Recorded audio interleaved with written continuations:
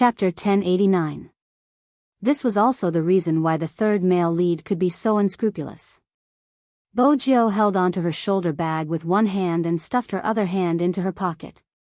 She looked at him silently. Perhaps it was because he had been stared at for too long, or perhaps it was because the young man's eyes were so dark that there seemed to be no end to them. They were as deep as an ancient well, as if he was being stared at by something. For some reason, the third male lead felt that the young man's eyes were a little creepy. It was this feeling that gradually turned into anger. How dare a B***** look at him with such a gaze? Did he know the rules? Did he know that every Chinese actor who came here had to respect them? Since he didn't know, he would teach him a lesson.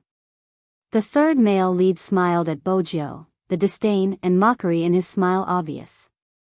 The people around them were still laughing. After less than half a minute, the international director walked over, his face filled with excitement. Come, take a look at the script. I'll get someone to explain the scene to you. Bojo retracted her gaze, her chin nodding. Who is he? You want to get to know Alan? The director laughed. That's great, the two of you have scenes together. His scenes haven't started yet, why don't you get him to explain it to you? Bojo seemed to be thinking about something. She smiled mischievously. Sure. Alan, hey, Alan. The director called out to the third male lead. The person called Alan walked over. He was indeed polite to the director. Even if he was hostile towards someone, he would hide it. The director patted his shoulder. Explain the scene to Joe, this is his first time acting. First time acting?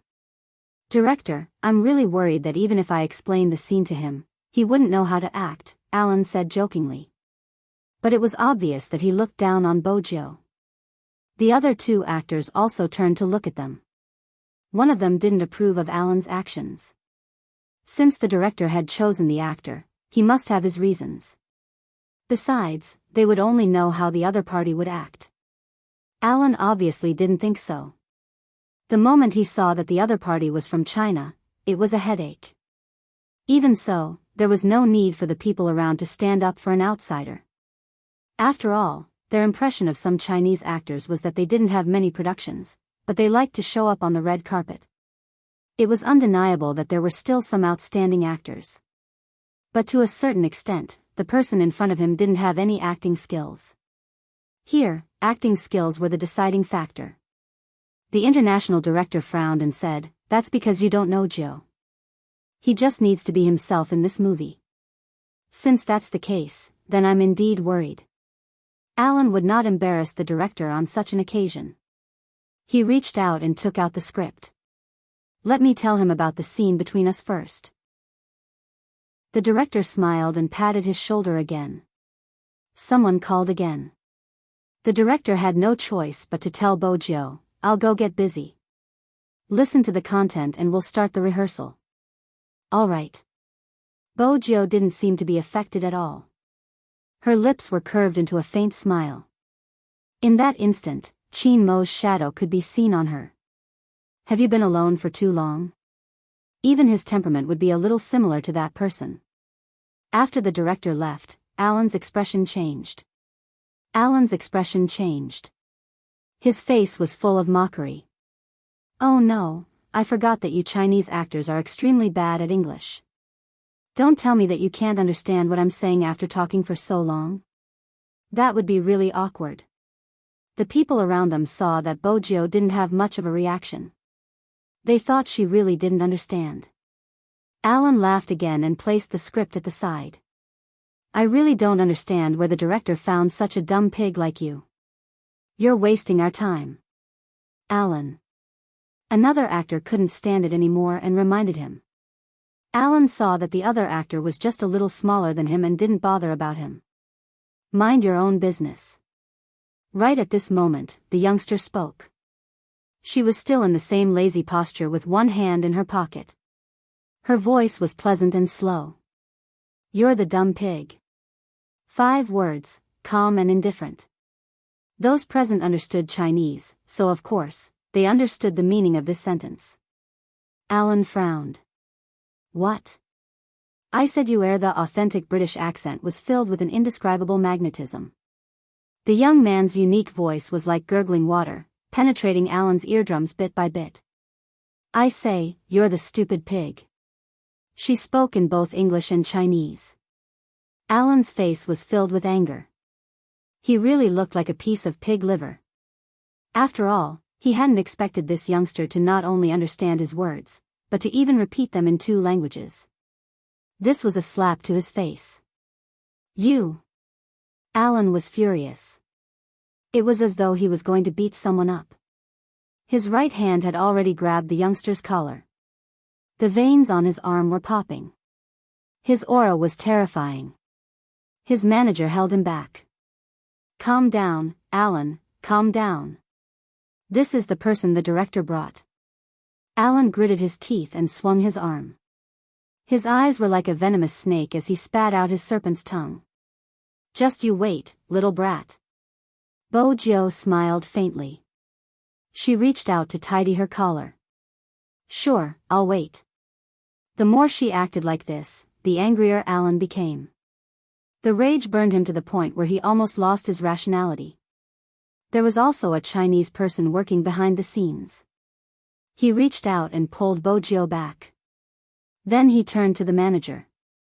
I'll pull him down for a chat. The manager heaved a sigh of relief and waved his hand. Bo Jiao allowed a person who was almost 30 years old to pull her. That person said, I know you're angry after hearing what he said. But you have to be careful when you're here. Don't look at him. I heard that he has dealings with people on the American highway. If you provoke him in the filming set, he will still be worried about the director.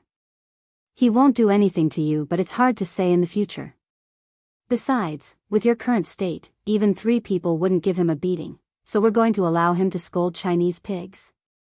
Bo Jiao interrupted. The man turned back. There were already some wrinkles at the corner of his eyes.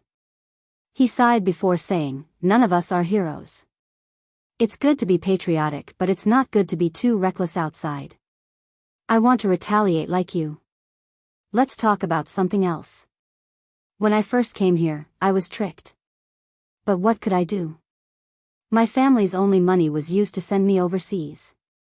Washing dishes here makes more money than in China. It wasn't easy for me to get a job, and I can send money back home every month. If I retaliate, it would mean losing my job. A rich young master like you probably doesn't know how hard it is for a Chinese to find a job in America. Some kind-hearted people will tip you when they see you dressed poorly and treat you well. But most of the time, it's a problem with the system. It's all about survival, do you understand? Bo Jiao paused after hearing his words.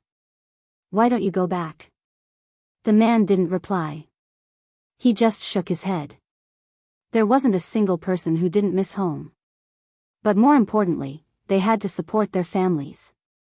Bo Jiao knew that it was already good enough that he had pulled her away. After all, there were 2 people who didn't even care about her. They were probably worried about getting into trouble. That was normal. But she was the young master of a rich family. She didn't lack money and didn't need to support a family. She just needed to support an almighty. Hence. Bo Jiao glanced up. Her gaze landed on Alan, who had kicked the thing away. Her gaze was icy cold. It was time for some people to swallow their words. The international director was really busy. Otherwise, he would have noticed the abnormality. The other actors who knew about this were worried about the youngster, but they didn't want to get involved. Alan was still watching Bo Jiao from afar. His gaze was bloodthirsty. Someone walked over, wanting to help Bo Jiao. I didn't expect your English to be so good. It was the local actor who had spoken up for Bo Jiao. But I have the same reminder. Really, don't provoke Alan. Thank you. Bo Jiao had grown up here. She knew there were good and bad people in every country. There was no doubt that bad people had to be beaten up. Other than Bo Jiao, there was another Chinese actor. The actor probably walked through a lot of doors to get the role in his hand. He was standing beside Alan and saying, "Don't make life difficult for people who don't have any qualities." You should know some people who don't know how high the heavens are. Alan didn't like any Huaxia people now, so he didn't appreciate the actor's words. He glared at the actor and sat back in his resting position. The male actor had no choice but to walk over to Bojiu. You should apologize to Alan. Don't you know you're representing China? Bojiu unwrapped a lollipop and placed it in her mouth. When she heard his words, she glanced up and asked calmly, "You still know about face? How refreshing. You. What kind of manners are you?" The actor clenched his fists. Bojiu was devilish. "Why are you talking about manners with people who aren't human? Move aside, I don't have time to beat you up." The actor laughed. "Do you know how popular I am in China?" "You, oh?" Bojiu arched a brow. "I'm not sure. It seems like your definition of fire is bragging." The male actor's face darkened with anger. "You probably can't imagine how much my fans love me. As you can imagine, there will be fans like idols." Bojiu's voice was still lazy. "If not, why would there be someone like you? You sure know how to suck up, but you're the one who doesn't talk about China and its reputation the most." The actor still wanted to say something. The director had already walked over from afar. The male actor could only swallow his words. He pretended that nothing had happened and walked to the side. "Joe, how's your understanding of the script?" From his words, it wasn't hard to tell that this international director couldn't wait for Bojiu's audition. Bojiu lifted the script in her hands. "I just started."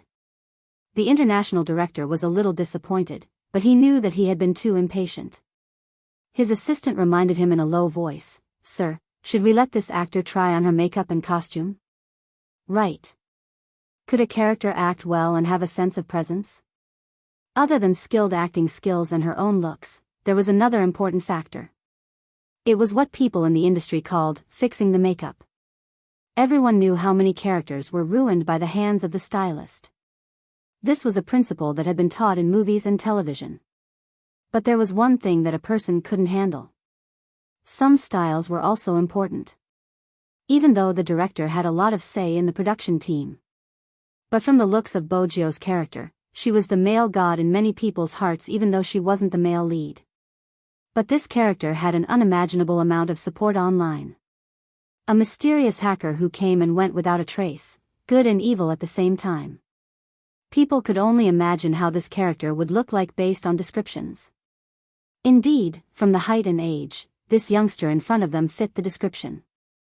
It was said that the screenwriter of this novel was based on the hacker Z who had been popular in the entire Fifth Avenue back then. They had only heard of that person but had never seen him before. But according to the description of the police, he was indeed around this height and looked very young. But no one knew the details. The screenwriter added in his own imagination and described him as a beautiful youngster with Eastern blood. The original sentence in the novel was described as follows: "The night breeze blew past." The youngster's messy short hair didn't make him dispirited. Instead, it added to his noble aura. He was like an Eastern vampire aristocrat. The pure black windbreaker with a hood covered his face, revealing only the curve of his chin.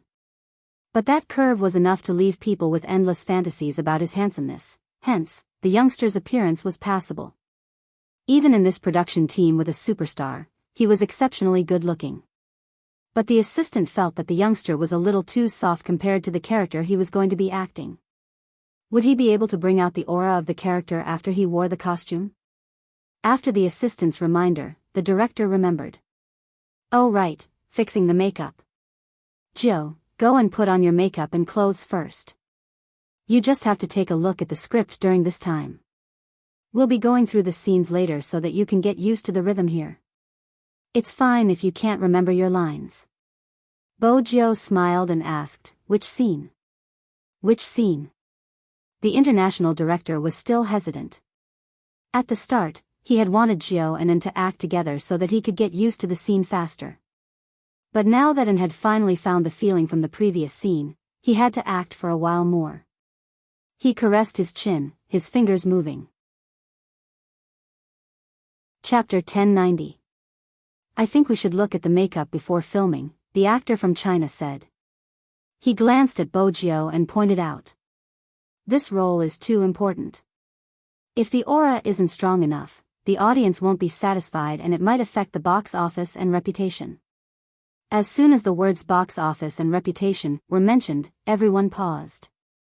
After all, as a filmmaker, to put it bluntly, these two aspects were the most important.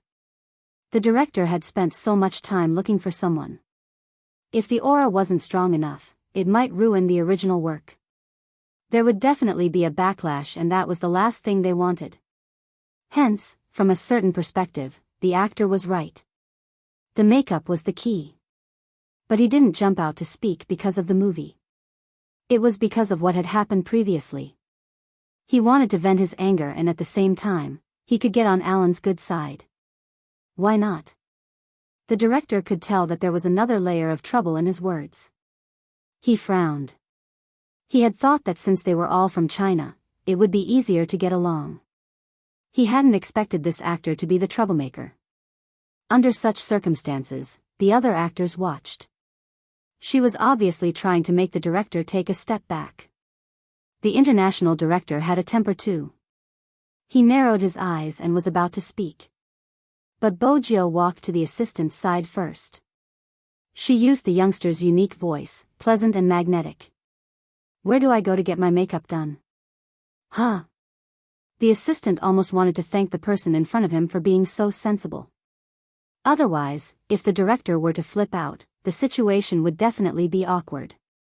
Fortunately, the youngster spoke up in time. Here, come over here.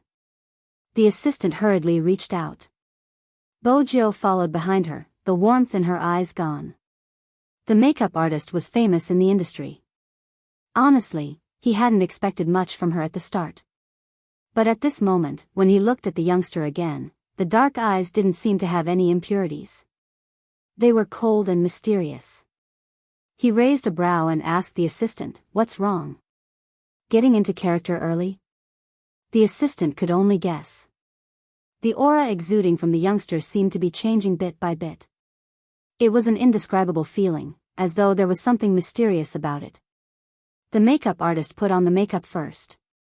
When she touched the youth's face, she realized that she didn't need any foundation. After all, the youth's skin was too good. It was as white as jade, and there was a kind of silky coolness when she touched it. It was easy to think of Oriental porcelain. Bojiao seemed to have noticed the pause in her makeup artist's words. Bojiao lifted the corners of her eyes, the tiny tear mole appearing. What is it? Ahem, nothing. The makeup artist was stunned. He would never admit that at that moment, he was a little dazed. It wasn't rare to see good-looking people in this industry, but it was rare to see someone like the youngster who had a blood-sucking aura. The youth was fair enough. His eyes were very dark. Her eyelashes and the bridge of her nose were impeccably perfect. Especially the youth's lips, which were very pale.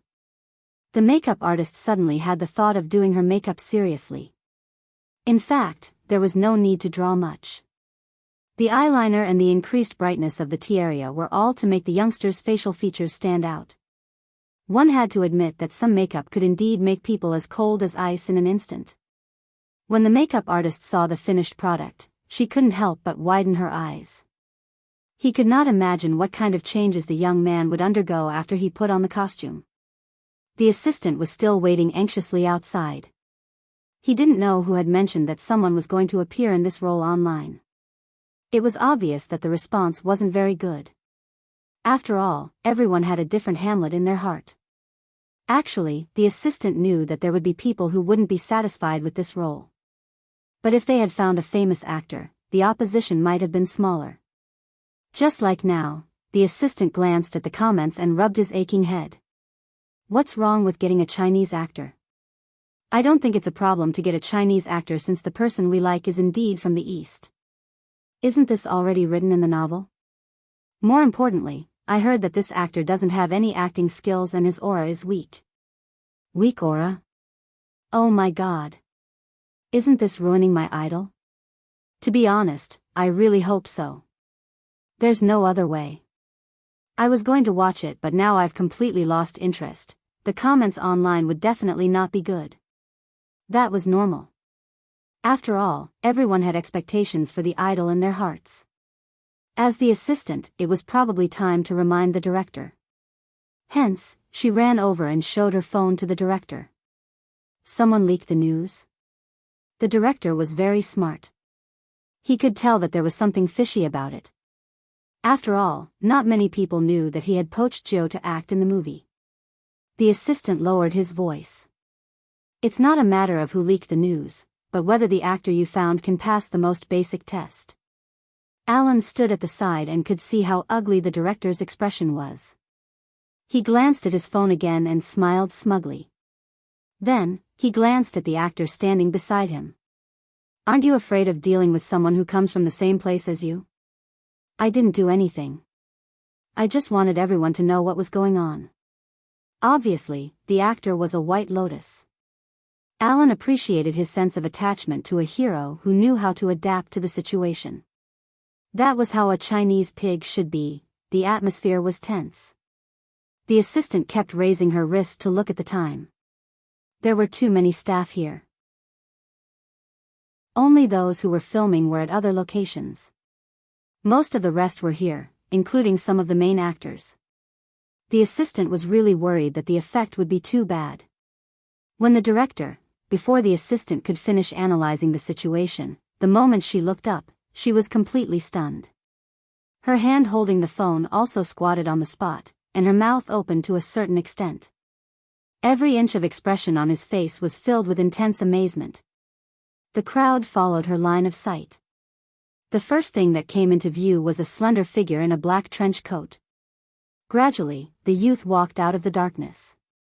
His silver hair was mostly covered by the hood of the coat, and only his face could be vaguely seen. He was handsome, cold, and had a hint of evil. He was wearing a white shirt, which was pulled to one side by the youth. This outfit didn't suppress the youngster. Instead, the youngster controlled it. Most importantly, his eyes were extremely dark and mysterious. When the youngster played with the pure silver USB stick in his hands, he walked towards them. When he glanced up, black feathers flew into the air. Everything behind him seemed to have become a backdrop for the youngster. In the blink of an eye, his soul was destroyed. In that instant, there was only the sound of people gasping. One of the staff clutched his chest in agitation. The other exclaimed in disbelief. Even though some of the main actors didn't express anything, the shock in their eyes proved that the youngster's makeup was flawless. The assistant struggled to find her voice. Director, ha ha ha. The director wasn't a straightforward person. But ever since Bo Jio came, he laughed more frequently. Now you know, only Jio is suitable for this role. Really? How can they be so similar? How can they be so similar? The assistant was a fan of the original novel. At this moment, she was circling around Bo Jio. It was as though she had seen her male idol. She wanted to touch him. Who could understand? Alan and the male actor had the ugliest expressions. Both of their expressions changed at this moment.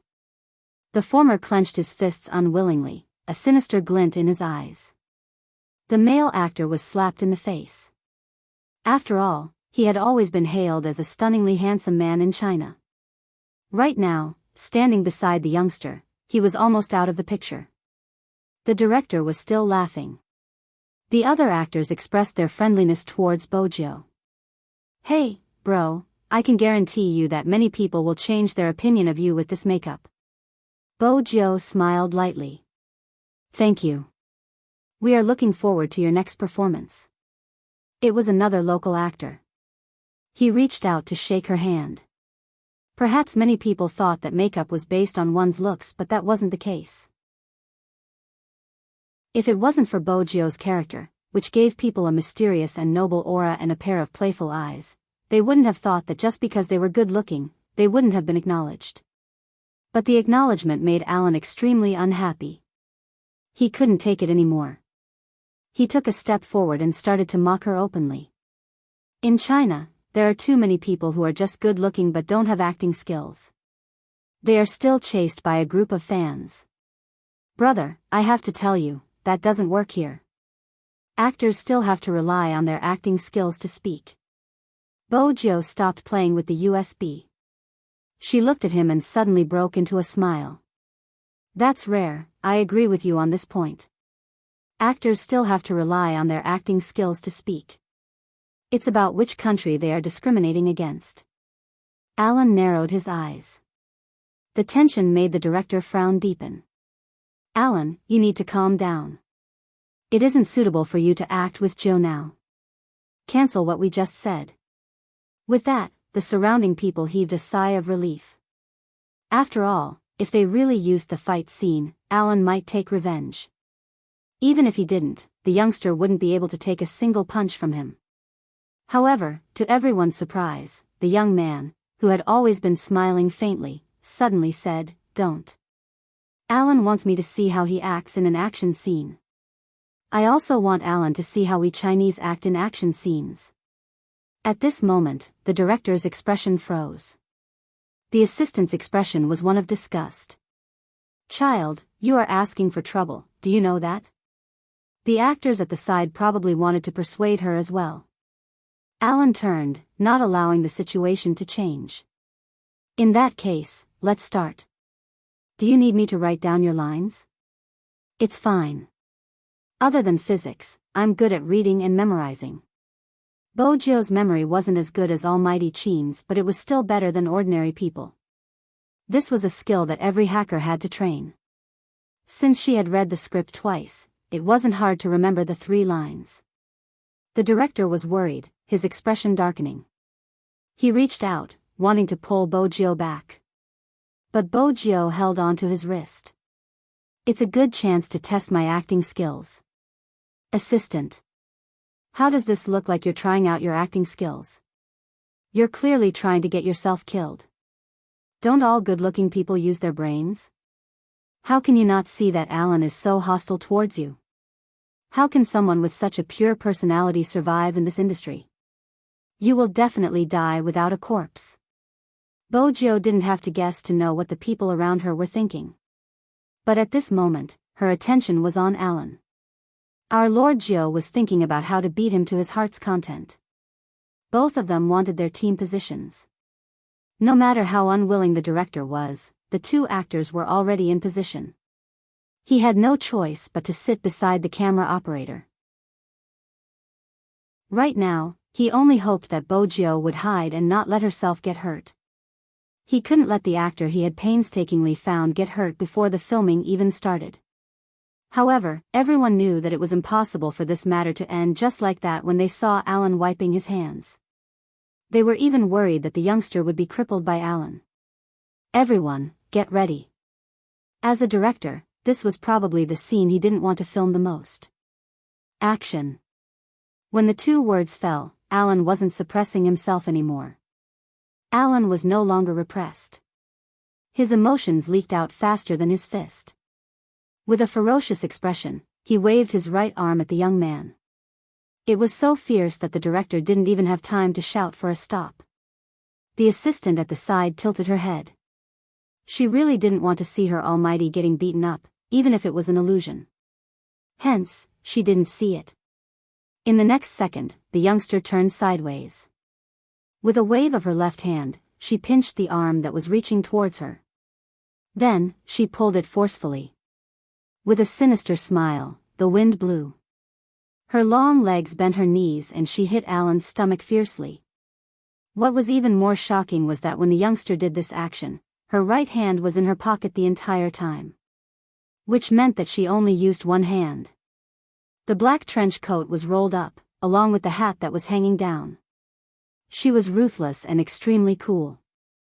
But that wasn't the end. Alan wanted to dodge. However, he was pulled back by the youngster.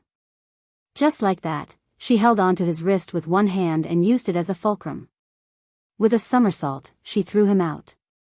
There was a loud bang. Alan was thrown onto the ground. Just the sound alone was enough to tell how painful it was. Not to mention the twisted expression on his face. The rising dust caused everyone's eyes to widen. The youngster in the black trench coat was extremely nonchalant. She strolled over and looked down from above, revealing only a section of her chin. She said the first line in the script. "I hate people punching my face the most." Chapter 1091. The camera zoomed in. Even the master who filmed the scene was shocked by the scene, let alone the other people on the scene. The director was the first to react. He lowered his left hand, his face filled with excitement. "Pass." One word. It pulled everyone back to their senses. "That's great. That's really great." The director's surprise was obvious. The people at the side sighed. "This is the first time I've seen someone fight so handsomely. Oh my God, I'm going to become an Asian fan. He's Chinese, now I feel that Chinese men are sexy when they're manly. I really want to sleep with him." "Oh baby, don't be like that, Chinese people are more reserved, you'll scare him away." Amidst the chaotic exclamations, the cameraman made a retracting motion. Alan's hand was still on his chest, moaning. The male actor and Alan's assistant ran over, working together to help him up. Alan didn't appreciate it, pushing the male actor away, his eyes still on the youngster, his hands clenched. When he saw everyone looking at him, his face turned red and white. He had lost to a Chinese pig in front of everyone. What was wrong with him? Alan was not convinced. He still wanted to get his face back, but anyone with a discerning eye could see how much pain he was in. After pushing the person who was supporting him away, Alan's breathing became unstable. From the start, Bojio just stood there, only when the other party came closer did she speak. "This is the Chinese way of filming a fight scene. You made yourself sound so good at the start, you probably don't need to rest. I think I'm still online, we can take the chance to shoot the second part." "Shoot the second part?" Alan's assistant was the first to shake his head. "No, this method is too barbaric, I have to bring my artist for treatment first." His words were directed at the director. The director didn't want to force him, even though Alan's attitude was a problem. But just as he was about to speak, Alan spoke, his tone cold. Alan spoke in a cold tone, "I demand compensation from the production crew. I can't continue acting with such a violent actor." "Violent?" The director's assistant stood at the side with his eyes wide open. Was there something wrong with this person? He was the one who had chosen to act and fight with them. Now that he had lost, he said that they were violent. The director was also angry. He narrowed his eyes. "From today onwards, you don't have to come anymore." Alan did not expect such an outcome. This movie was a big production. He had given up so many offers just for this movie. What right did the director have to make such a decision? Being kicked out of the cast in public was not something that could happen to him. Thinking of this, Alan swung his arm and strode towards the nanny van parked by the roadside. After getting in the car, he said to his assistant, "Get the media here." At this time? The assistant felt that it was inappropriate. The media is waiting for the film to be released. After all, this film has high expectations and good reviews. Even if we find the media and post it here, there will be people in the theater who will tell us the truth. Isn't there an uncontrolled comment section? Post the news there.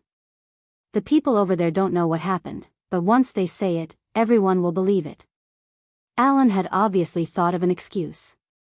Hence, after receiving the call from the media, Alan started to make up a story. There was indeed something that happened, but when it came to his mouth, it was completely reversed. He did not mention that he had provoked them. He only said that someone had hit him and that the other party had gained a lot of fans because of it. As a result, the director misunderstood him and asked him to leave the cast. At this point, Alan even sighed. "I really don't want to think about the situation back then. First of all, I don't have any objections to the cast and the movie, but with such an actor around, I really want to quit." After the media recorded it to make sure that it was a headline, they were worried that people would find out if they posted it in the comments section, so they simply followed Alan's instructions and posted it elsewhere. The people there did not know what had happened. Many netizens believed it. They even exclaimed in surprise, "How could such a thing happen? Who is that actor?" Alan was still replying, "That's exactly what happened. I experienced it myself. It doesn't seem possible." Some netizens felt that there was a loophole. "According to what you said, you didn't do anything wrong. Why did the director ask you to leave?" Alan avoided the main point. "I don't hate anyone, you can choose not to believe it, but I was indeed forced out. Now, I can only do the interview here and can't do anything else. For this movie, I spent so much effort on publicity. Now that I think about it, it's really..." Alan didn't have many fans. But his words were enough to make people speculate. The discussion became more and more heated. Until someone stirred up the news to the cast and dug out the actor who had hit him. They wanted Bojio to come out and give an explanation. He shouldn't have beaten someone and forced him out. This way, the people who had doubted Bojio's suitability for this role appeared again. "I really feel that the movie will be ruined. What should I do? I didn't expect this Chinese actor to be so. Sigh, I'm not looking forward to it anymore. I won't comment on the difference in ideals. But if an actor acts like this, can he still act?" The negative news came crashing down. It even became more and more intense. This news spread to China. After being translated, it became Chinese. Spade Z's fans, no, it wasn't just Spade Z's fans. Everyone who liked esports didn't think that Spade Z was such a person. Compared to the rational fans. There were some younger ones who were confused. Does that mean that our big Spade went to act in a movie? He really went to act in a movie? He even went overseas? At this moment, the haters came out, pretending to be passers-by. "I'm not a fan, I'm not a hater. Although I have long wanted to expose Spade Z's character, that's right, Spade Z is like this, he likes to oppress others. But isn't Spade Z's fans too bored?" He didn't say who the actor was, he just looked at the description and thought that it was your Spade Z. How interesting, do you think anyone can act? According to your logic, your Spade Z is the best in the world. He can't even be chosen as a professional actor. Yet, your Spade Z was chosen by an international director. Hee, I won't say anything. In an instant, the rumors started spreading.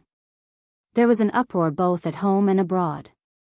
After all, Bojio was overseas now. She wasn't just representing herself, she was representing China. According to the news online, some of Bojio's actions were inappropriate. No one knew what exactly happened. The originally harmonious atmosphere of the cast and crew. Because of this incident, they had to stop filming. Bojio expressed her apologies. But she said, "As a Chinese, I can't tolerate others insulting my country. But because I couldn't tolerate it, I caused the delay in filming. I'm really sorry."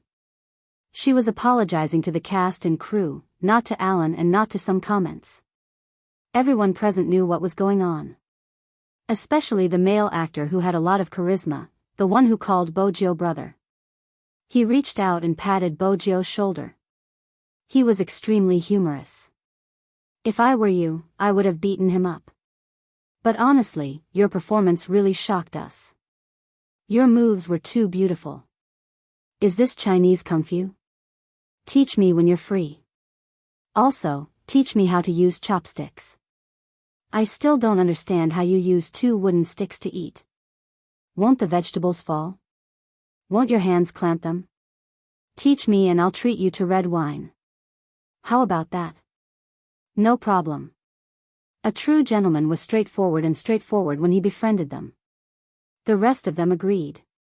The youngster shouldn't be the one to take the blame. Regardless of whether it was according to the script or Alan's actions, there wasn't a problem with the youngster's performance. On the other hand, Alan's insults at the start, the exposure of the cast and crew's privacy, and the intention to take revenge. As an actor, none of these actions were appropriate. Let's not talk about how much of an impact his actions had on the crew. Being a human was the most important thing. With such an actor in the cast, there wouldn't be any huge productions. However, although everyone present knew about this, they really didn't know how to explain it to the crowd at this time. After all, they weren't the parties involved and didn't understand the twists and turns in this matter. It would only make people feel that the more they explained, the worse it would be. The director's assistant looked at Bojio with a different gaze. How should he put it? This was the entertainment industry. As a public figure, she had to endure such distortions. Even if it was unfair, there was nothing she could do. What's going on? At this moment, Movie Queen walked over from the east.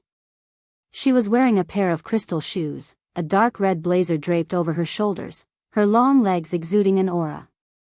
If Movie Queen had been elegant in the past, right now, she was covered in flames. Where did the rumors come from? This was directed at the director. After all, only the two of them knew why Bojio had agreed to act in this scene.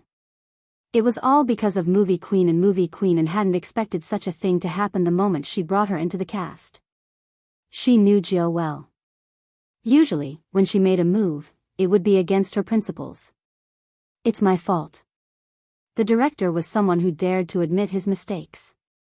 Because of this, he was able to guarantee the box office. I'll get the crew to make a statement to explain the entire situation. How? The assistant felt that it wasn't appropriate.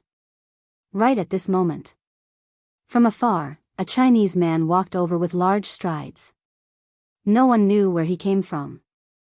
He was wearing a black t-shirt, his shoes were the highlight, and there seemed to be something hanging on his waist. He walked straight towards Bojio. The rest of the people were stunned. Who was this person? A paparazzi? Where had he been hiding? None of them had noticed him. Was he here to interview someone? The director wanted to block the youngster instinctively. Bojio took a step forward in surprise, her gaze landing on his waist. It was a military knife, a model used for survival in the wilderness. Even though it was only a small part, it was enough for Bojio, who was familiar with such things, to lock onto it in an instant. Moreover, the person walked with a straight back and his movements were like a wild leopard. He had been in the cast for such a long time without being discovered. His anti-detection skills were extraordinary. Other than a soldier, no one else could do this. Are you Brother Mo's man? Bojio asked before the man could speak. He paused before nodding his head and passing the phone to Bojio. This is the video I took just now. Young master asked me to pass it to you. Everything he said about you is recorded clearly in the video, from the moment you entered the set to the moment you started fighting. Also, if it wasn't for a mission, would have wanted to beat him up as well. Thank you for your help. With that, he retreated without waiting for a response. The director understood Mandarin. When he heard this, he made a decision: post the video online and tell everyone that Alan was kicked out of the cast because of his character. He was clearly in the wrong, yet he still tried to distort the truth. I don't want an actor like him. All right. The assistant took the phone and tapped on the cast's account. All the media outlets were allowed to speak and they could be sent to any location. There wasn't a single piece of news, just a simple description of the entire incident. While everyone was focused on the phone, Bojio was thinking about something else. Yes, even though she hoped that this matter could be explained clearly, she wasn't representing herself.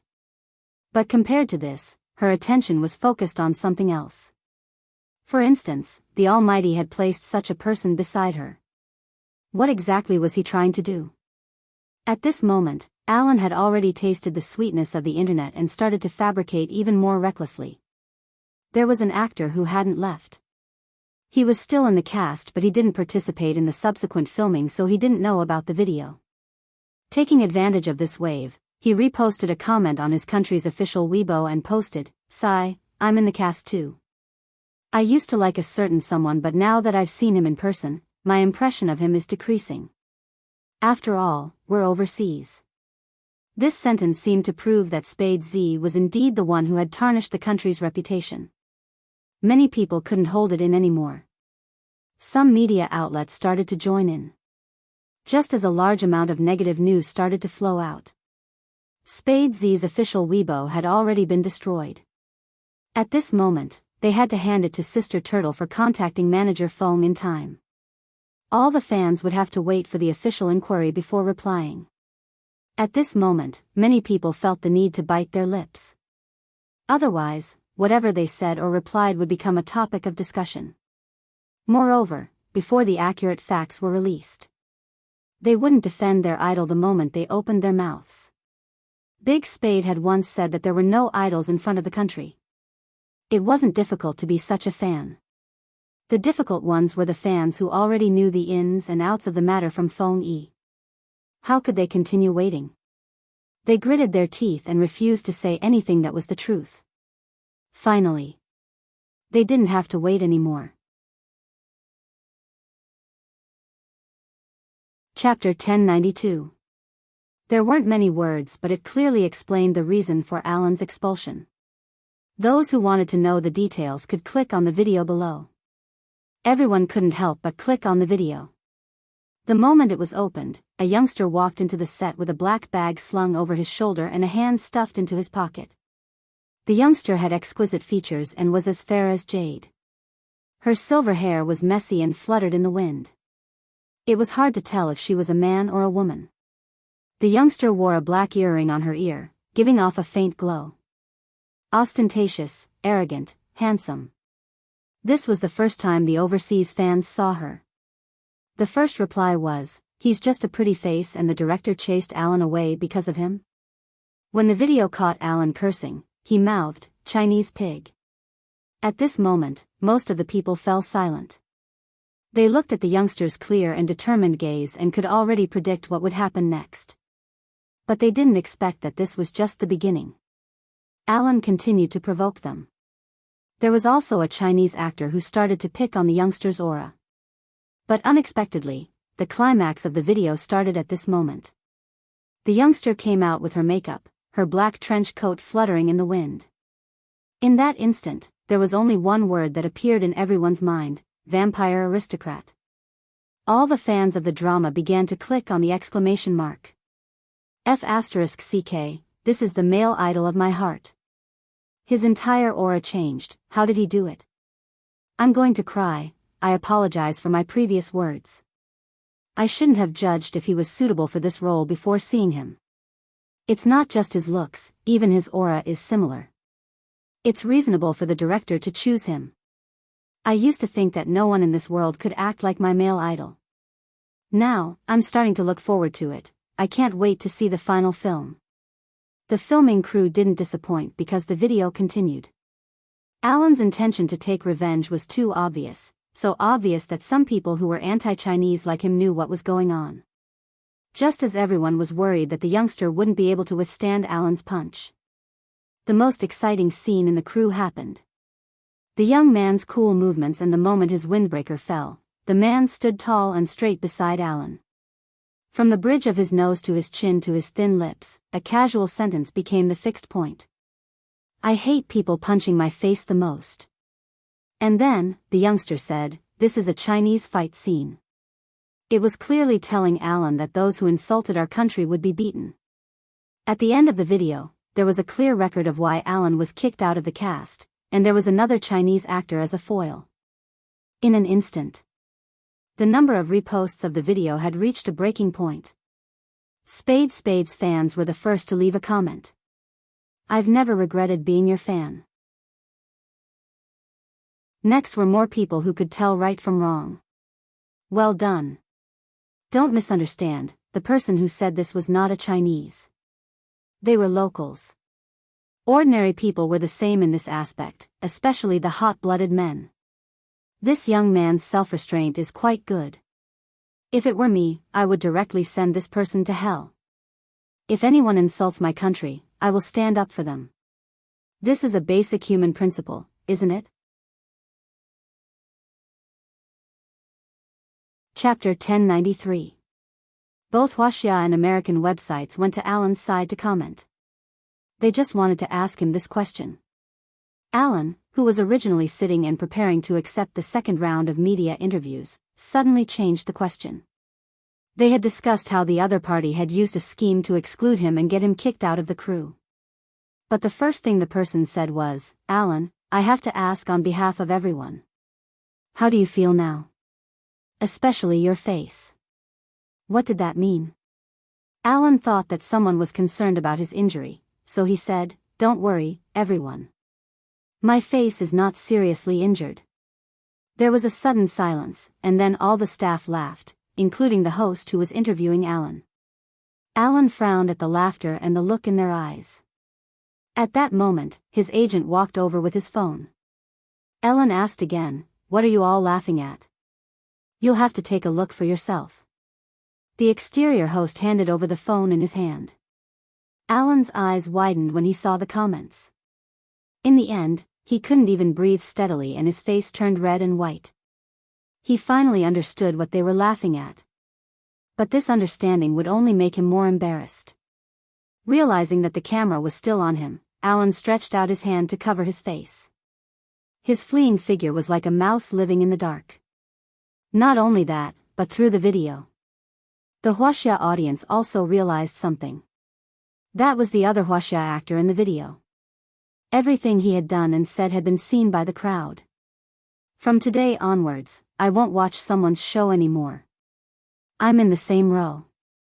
Not only because his flattering expression has embarrassed the Huaxia people, but also because he is distorting the truth. Everyone should have seen the message he sent. I just feel disgusted now. They are both Huaxia people, but I see the difference. Doesn't he feel guilty sending such a message? He said that because we are in Huaxia and don't know what is happening abroad. People are really not what they used to be. When others are fighting for their country's face, another person is here slandering them. The truth swept over like a storm. At first, the male actor was still happy because of the benefits and popularity. When he saw that something was wrong, his first reaction was to delete the message he sent. However, this person had obviously underestimated the power of the crowd. Delete my blog? I've already taken a screenshot and made it into a moving picture to share with everyone. He took out his phone and called his manager. You have to get me out of this, I'm not the one in the wrong. Even if someone was bullied, it would be Alan. Are these people crazy? Why can't they let me go? Think of a way, Spade Z must have some dirt on him, help me dig it out and divert everyone's attention. Under normal circumstances, this was how the company operated. Even if the agent was put in a difficult position, she had to agree. After all, she had to save this kind of thing. Otherwise, why would the company hire her? The manager thought for about 3 minutes and prepared to leave. But before she could do anything, another headline appeared on China's website. The international movie queen personally released a statement to support Spade Z. Spade Z, even though he is overseas, he won't embarrass anyone. I am proud of his actions. When it comes to the country's honor, there is no tolerance. Some people are trying to distort the truth because their hearts are dirty and can't be saved. Movie queen and rarely spoke online. She was the goddess of countless fans, be it in China or overseas, from her looks to her acting skills and personality. She had always been elegant and firm. Many people still remembered that when she had first arrived in America, someone had asked her to be a bystander. This was what she had said. Before I came here, I was given the role of the second female lead. I'm sorry, I love acting and I want to bring Chinese culture here. But at the same time, please respect me. If you want me to be a bystander just to get the Chinese box office, I refuse to act. I have to be responsible to the audience. Admittedly, she hadn't gotten the role. But after that, as long as she acted in a role, it would always be amazing. Movie queen and didn't just gain the love of her countrymen, she also gained the respect of the American industry. They didn't try to cover everything with bias and invited her with sincerity until today. Movie queen Anne's bravery hadn't been extinguished. When the manager saw the news, she felt that there was no turning back. She was thinking of how to change the topic. However, the news that followed completely shattered her thoughts. It was from an official media outlet. There was a picture of the international superstar, Henry, smiling brightly as he hugged the shoulders of a silver-haired youngster. Below it were his own words in English. I got to know a new brother. He is extremely handsome. In terms of patriotism, we are the same. From him, I seem to have finally experienced the greatness of a great country. Young masters are like jade. So, we have decided to become sworn brothers today. All the words above were taught to me in Chinese by Jiu.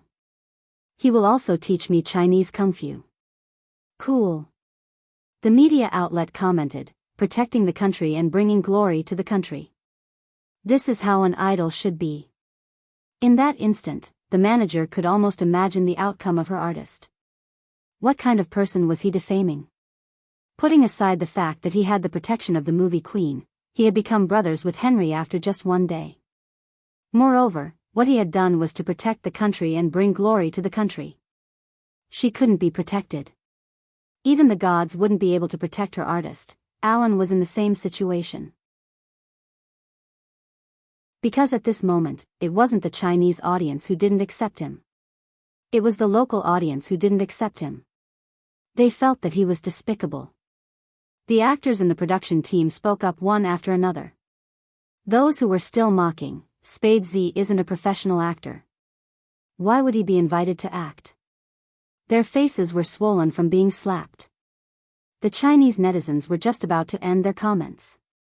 Just then, someone intercepted the comments left by some American netizens. The comments said, "I can't describe my feelings right now. My idol seems to have come back to life. I just want to know when the main movie will be released. I can't wait to see the final movie. It's good that there's a trailer if there isn't a final movie. This youngster is too cool. He brought the character and the novel to life." Fans of the original novel asked if anyone has detailed information about this Asian youngster. I want to know more about him. What other dramas did he act in before? I can search for them. My friend in China said that he isn't an actor. Not an actor?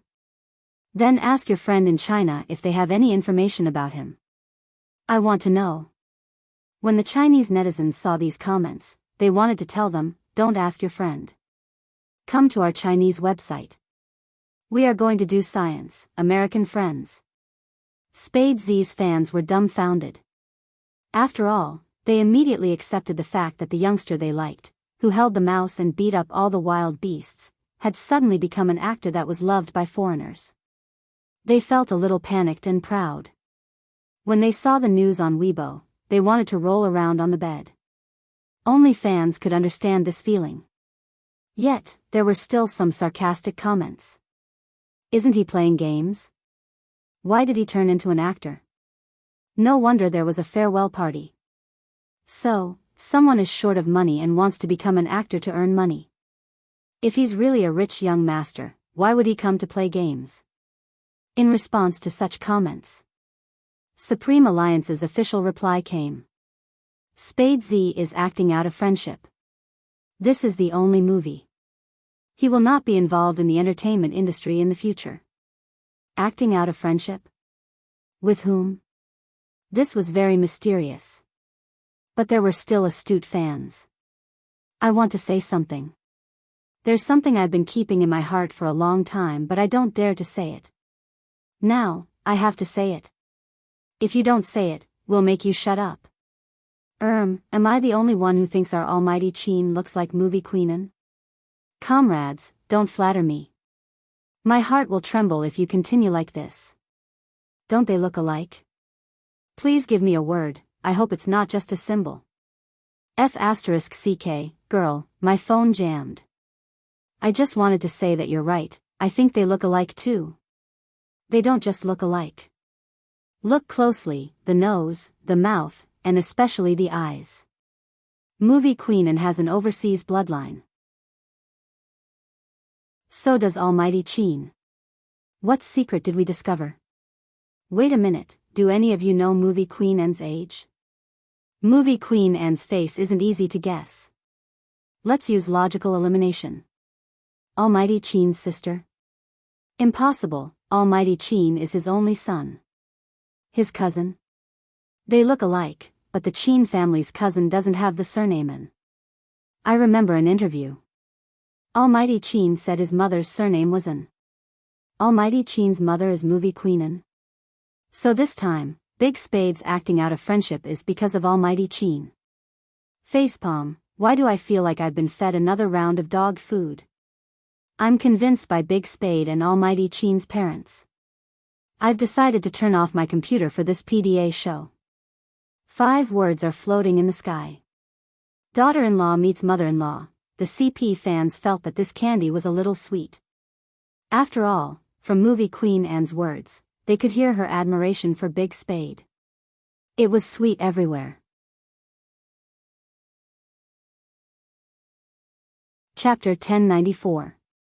The chauffeur and butler was bending over to serve tea. The atmosphere was completely different from the Qin family's house. Even the dining table was a European style. The butler's attire and the tea he served exuded an aristocratic aura. Earl black tea paired with slightly sweet pastries was a delightful combination. Besides, he remembered that his young master didn't hate eating. But today, the butler sized up his young master's side profile, an indescribable coldness in him. What was going on? Qin Mo held onto his phone, his uninjured hand picking up the spoon, eating elegantly.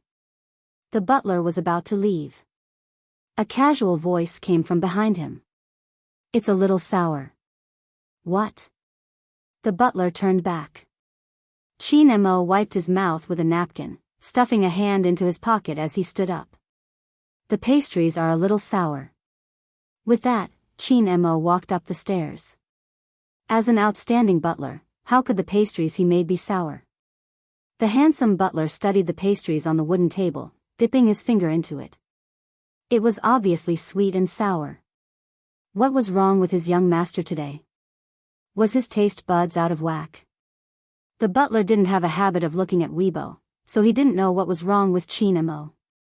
At this moment, movie queen An and Bojio were finally facing each other on the set. Anyone who had worked in a movie would know that filming didn't follow the sequence of the script. Instead, they would film the scene that was suitable for them. The weather was perfect. With the lingering light of dusk, they could clearly capture the sunlight splashing onto their hair. Bojio sat in front of a computer, still wearing the black trench coat. She wasn't wearing her hat, her long fingers tapping on the keyboard. The actors watching from the side were still thinking that this scene would require post-production since no one would be able to type so many words and codes in such a short period of time.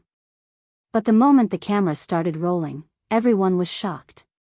The youngster's fingers moved swiftly, moving up and down so fast that it seemed like an afterimage. A dialogue box popped up on the screen, as though there was some code running through it. Amazing. That was amazing. The director's happiness was obvious. It was also from this moment on that the crew members understood something. The director hadn't chosen the youngster for this role just because of his face.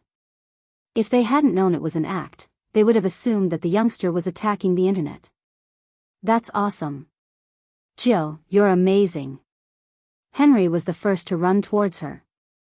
As an American, he was passionate and wanted to give the youngster a hug. Bojio turned, a faint smile on her face.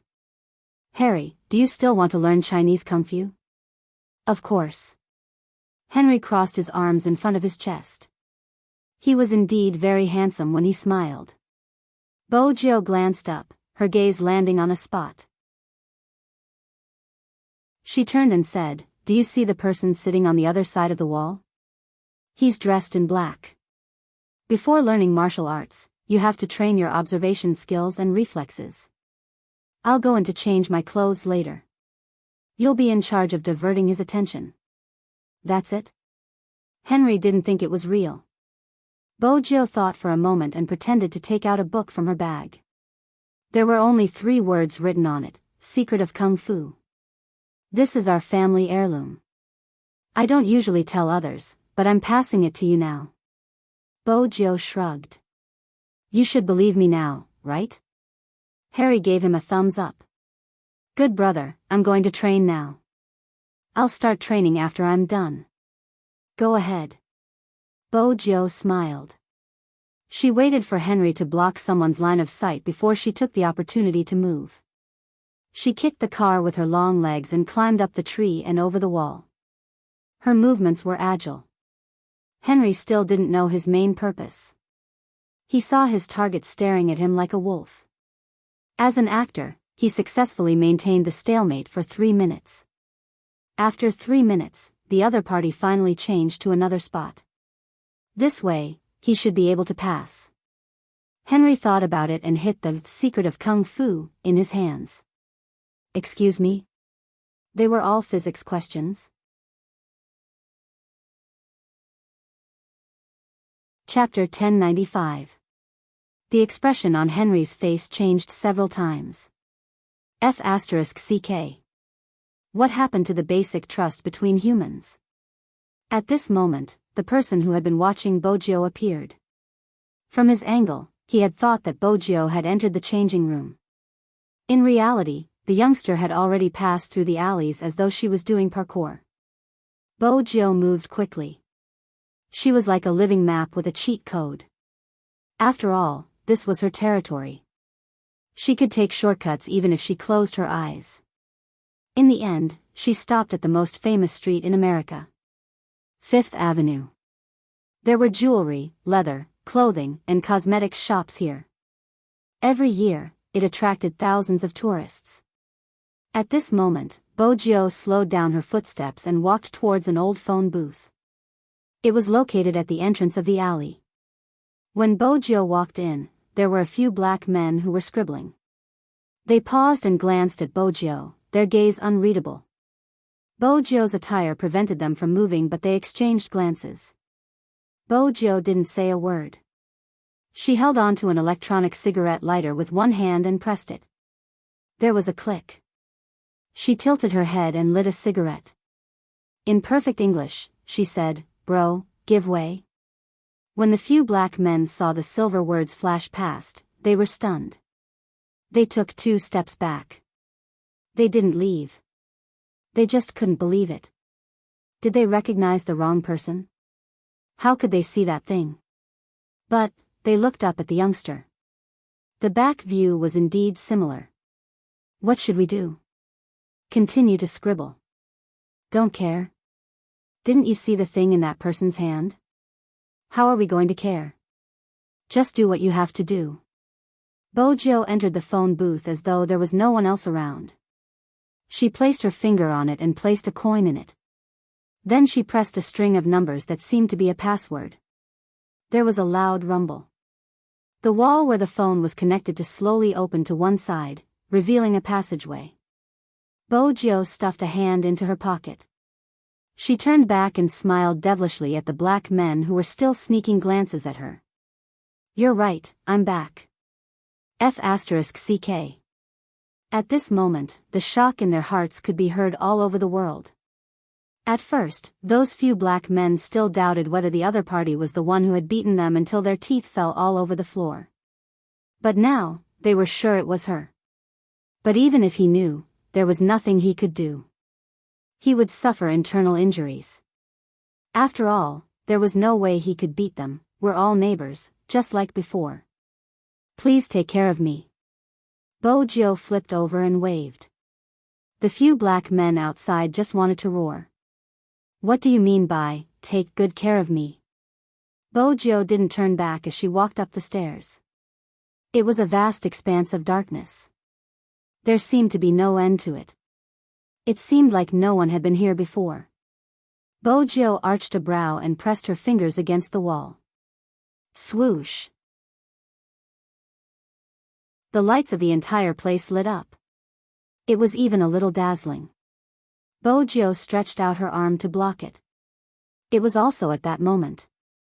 The whole picture of this place was completely revealed. The 2-story building was very large. It looked like a residence, but at the same time, it wasn't. Although there was a bed on the 2nd floor, it didn't look like it was used for sleeping. Instead, it looked like a temporary resting place. More than 900 square meters. There seemed to be something parked on the 1st floor, but unfortunately, it was all covered by white cloth. Bogio walked over casually. Then she lifted her thin lips and raised her right hand. Swoosh! When the white cloth was lifted, the beautiful and smooth curves of the car with an untamed black luster were revealed. Lamborghini, Bat. The limited edition sports car that could increase its speed in an instant. It got its name because of its cool wings. This wasn't a place for people to stay. It was Bogio's private garage. Other than Bat, there were 2 other sports cars and a BMW Tomahawk. Bogio stood in the middle, not feeling out of place. It was as though this was where she should be. Little Blackie, I'm back. It's time for you to wake up. Bogio's voice was lazy. But there was no one here. Who was she talking to? However, her voice was effective. There was a ding. Something seemed to be activated. Identifying the source of the sound. 20%, 40%. 100%. The sound source is confirmed. It matches 90%. Sorry, it can't be activated 90%? At this moment, Bogio finally remembered that she had changed her body. Switch to manual password activation. Bogio sighed helplessly. She pressed her fingers on the car. Starting to verify the password. Take note, if the password is wrong, you will have to bear the consequences. Bogio arched a brow. I should have made you more humorous. This reminder is too stiff. With that, Bogio moved her fingers. After she entered the password, the car lights lit up. Master, I really didn't expect you to come back alive. Why didn't your voice match? It turned out that this was a modified car. It was fully equipped with intelligent parts and the navigation system was different from normal cars. I'm still hesitating. Should I let you drive me? Bogio was already in the driver's seat. Her fingers were on the steering wheel. She tilted her head and laughed devilishly. Do you want me to activate your self-destruct password for you to verify? The navigation line wavered. It was extremely serious. Oh. Master, I missed you so much when you were away. I was afraid that you wouldn't be able to eat or sleep well outside. I was afraid that you would be seduced by some flirtatious little bee *tch. As a car, I was really worried. You're good at steering with the wind. Bogio patted the steering wheel. The navigation line wavered again. That's one of my many strengths. Alright, reset the sound wave. Bogio entered a string of password on the navigation system. We'll begin the sound wave identification. Reset. Password changed. Even the password has to be changed? Of course. Alright, what's the voice password? Can you not stand up and masturbate? Sure, I'm very cultured now. I'm looking forward to Master's upbringing. I like you, Chin Mo, what? The voice password is set to, I like you, Chin Mo, don't bully an intelligent system for being uncultured. It knew the feeling of liking someone through a search. Oh, Master, you really? Not saying anything, not saying anything. When the password was reset and the car started, all the lights in the garage lit up, including all the hidden doors.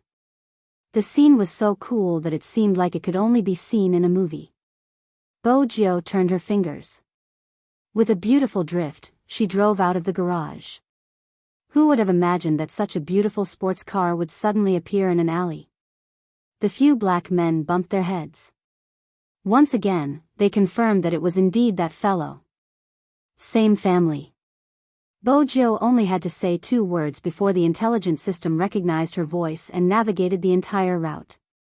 She drove along the nearest road. First, she passed through the tall buildings on both sides of the road. Then, she flew towards the long bridge. That kind of speed and model would attract many people's attention when they passed by. It wasn't until the car drove further and further into the east that the surroundings gradually became covered with trees. She followed the road and pushed aside the rising light.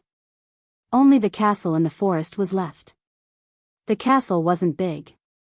But it seemed to be from a long time ago. It was rumored that this was once owned by an aristocrat. Later on, the aristocrat declined and mortgaged the castle in the 19th century. Many people said that this was a mysterious place. The people who lived there must be the blood-sucking clan. If not, there wouldn't be so many roses outside. However, it was a place that everyone yearned for. During the day, when the sun shone and the roses bloomed, there would always be an old butler. In the afternoon, he would walk out with a pocket watch. He would check the time and then place a pot of Earl Black tea and exquisite pastries in the courtyard. However, what made people afraid to approach him was that beside those things, there was a jar. In the jar, there were either severed hands or legs. That wasn't all. The old butler actually used the scalpel in his hand to cut the pastries and put them into his mouth.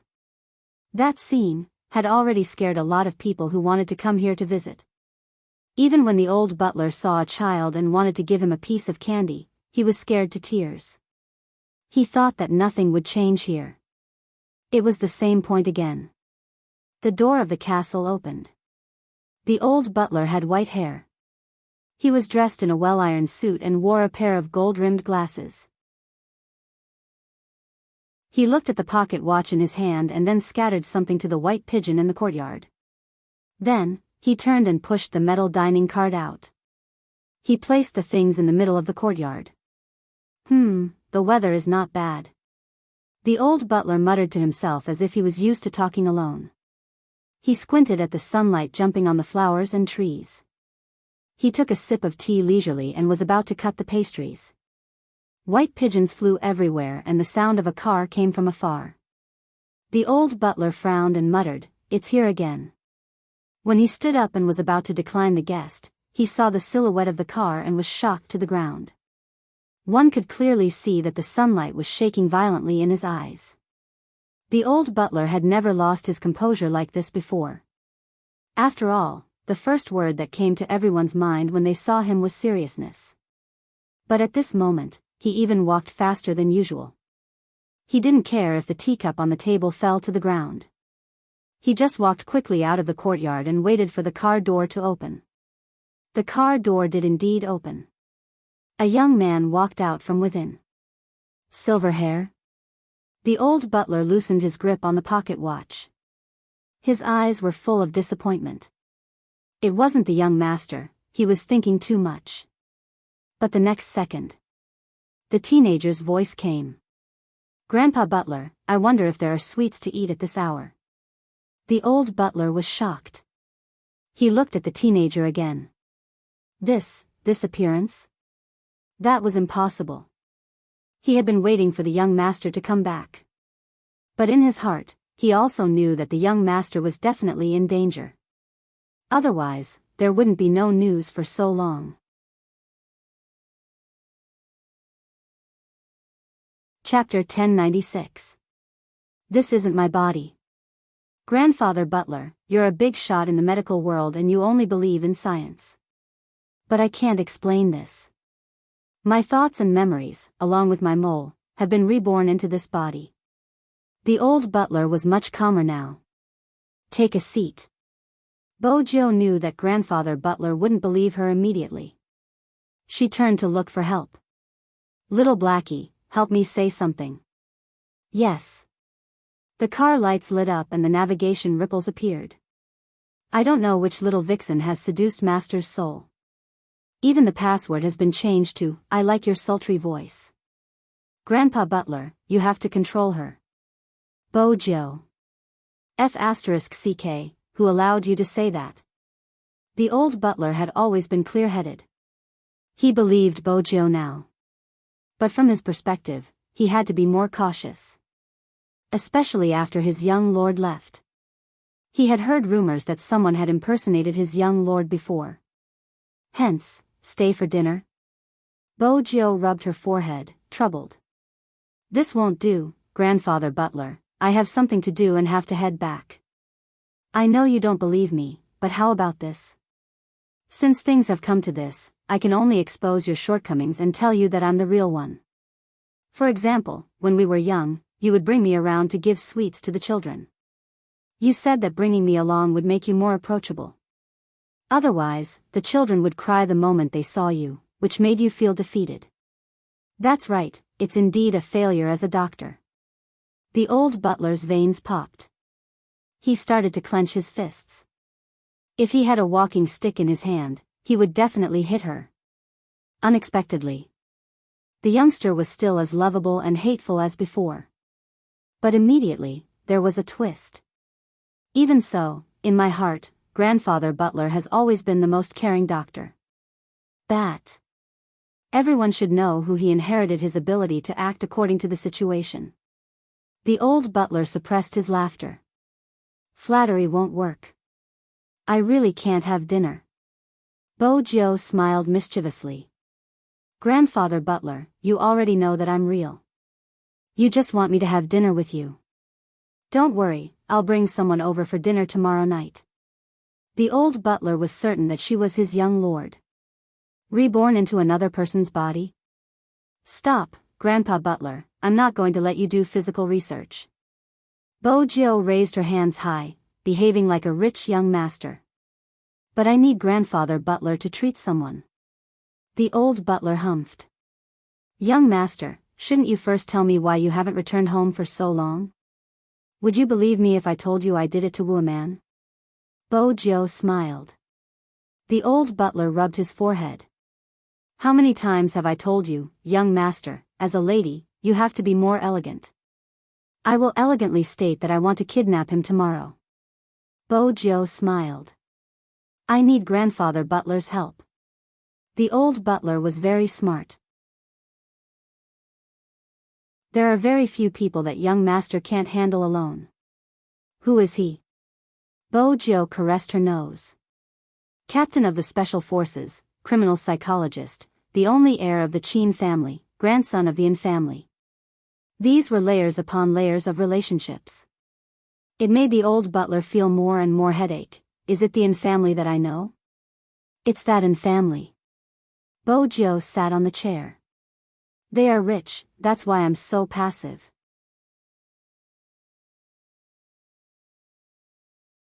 Chapter 1097.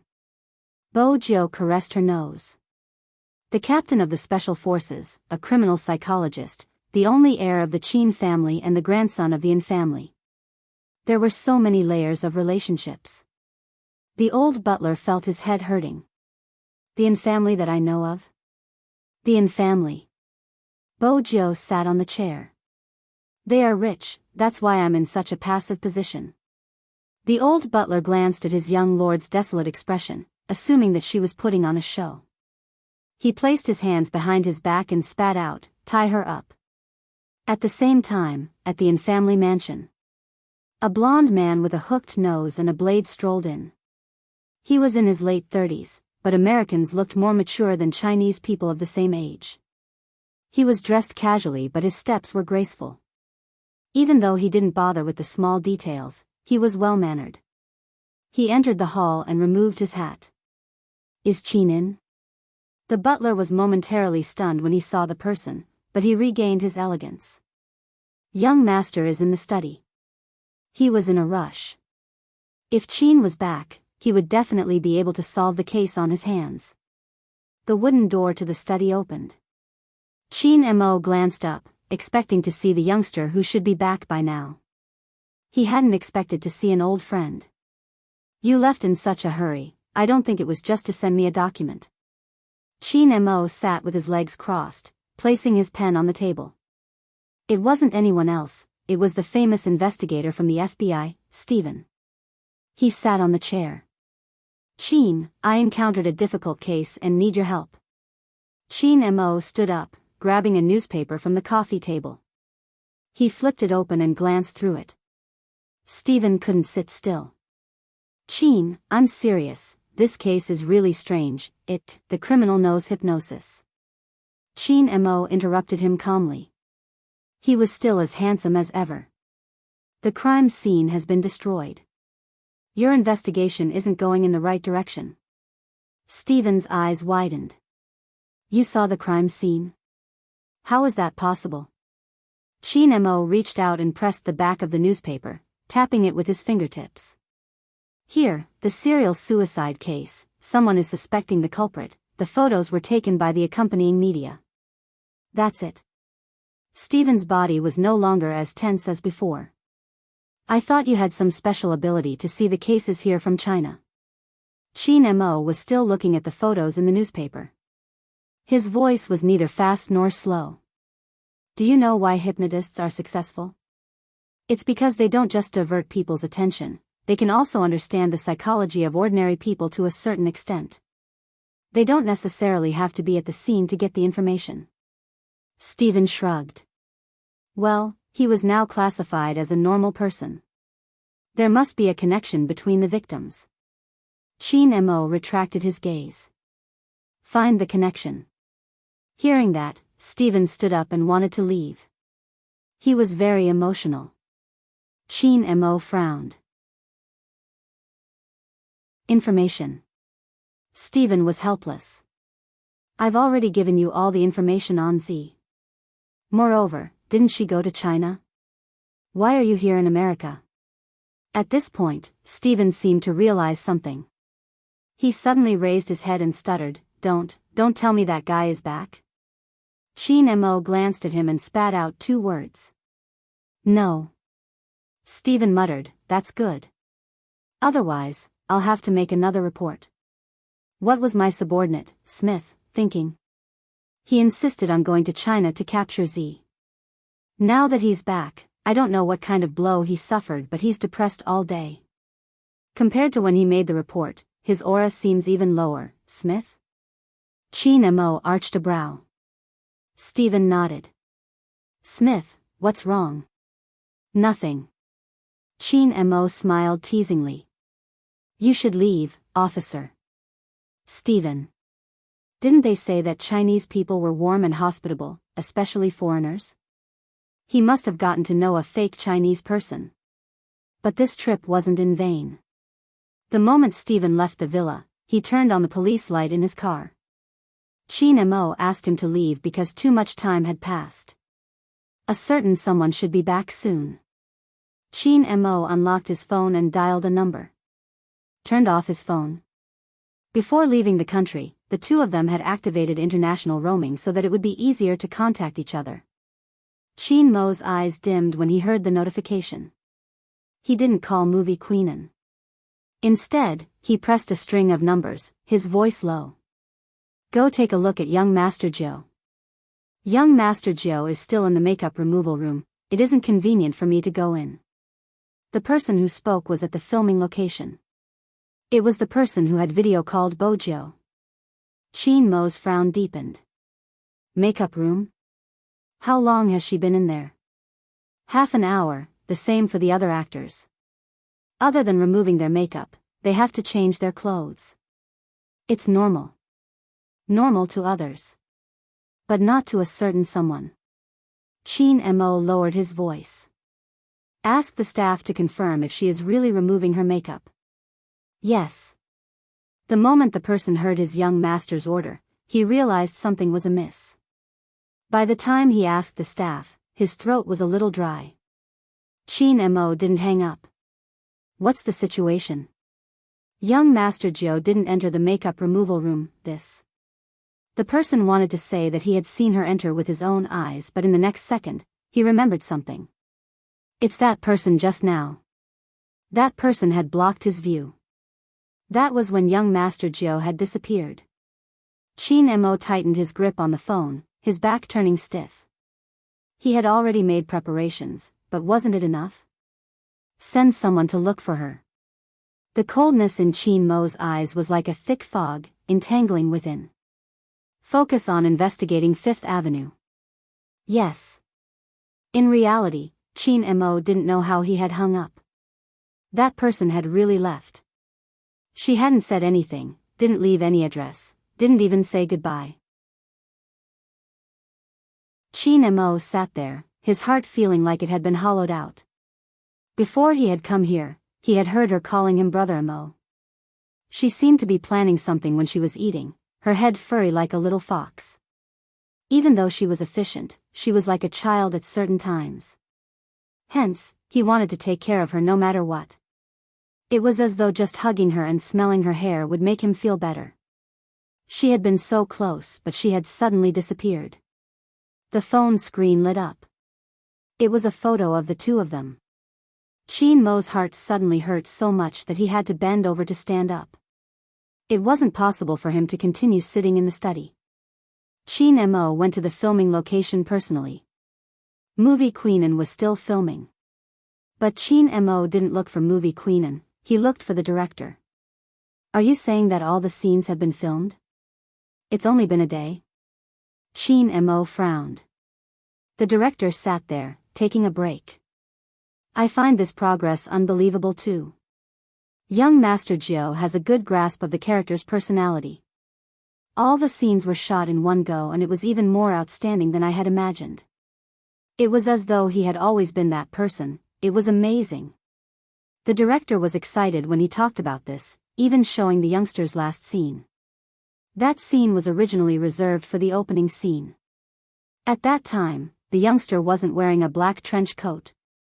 Instead, he was wearing a pure white shirt.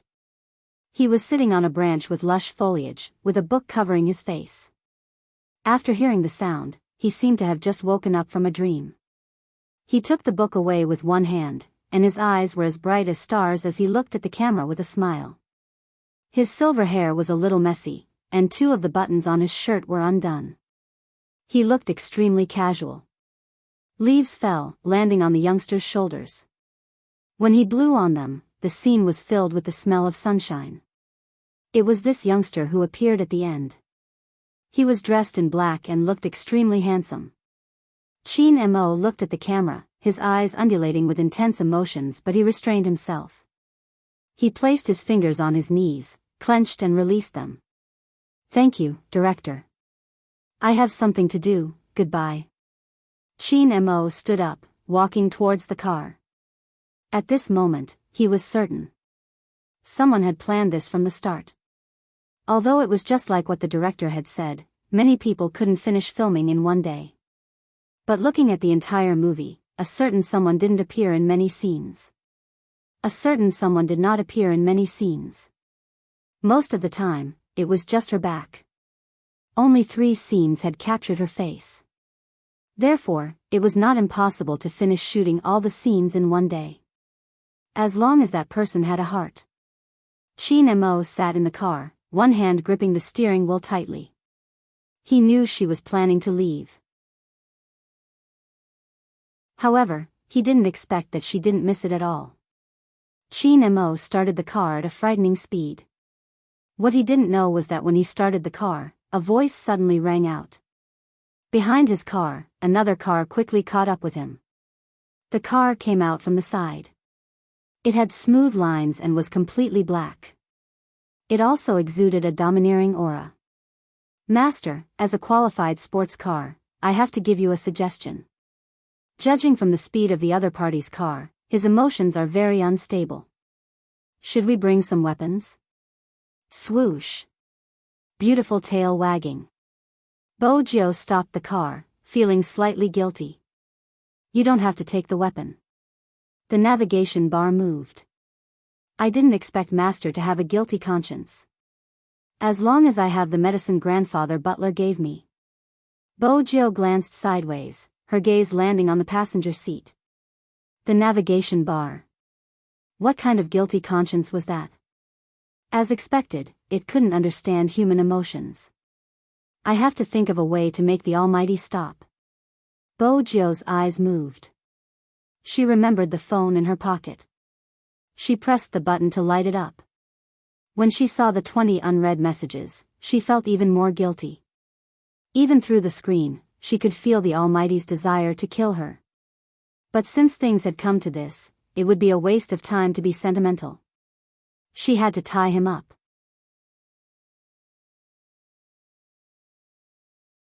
Chapter 1098. Swoosh.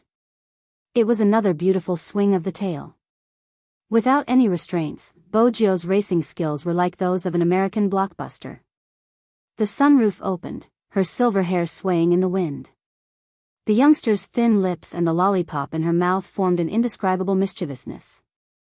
The navigation beeped. 60 meters to the target. Master, do you still remember? I have a bad feeling about this. Oh, what exactly is this little vixen that you can't forget? It's affecting your judgment. As a car, you're too noisy. Bojo glanced at the back of the car, her gaze intense. All right, I'll be quiet. But before that, I have to remind you that our tracks have been discovered. The navigation beeped again. It's tiring for a girl to chase after a guy. Bojo arched a brow. He found out so quickly. As expected, it wasn't easy to kidnap the Almighty. Chin Mo had indeed noticed something. If it wasn't for his mood. With his analytical ability, he would have discovered the car behind even faster. Chin Mo narrowed his eyes and suddenly slowed down the car, catching her off guard. The Lamborghini Bat had quick reflexes. It slowed down as well. The two eye-catching sports cars sped along the straight road as though they were competing. It was a beautiful sight. Bojo licked her lips and spat out the lollipop. It seems like I'm going to use my ultimate move.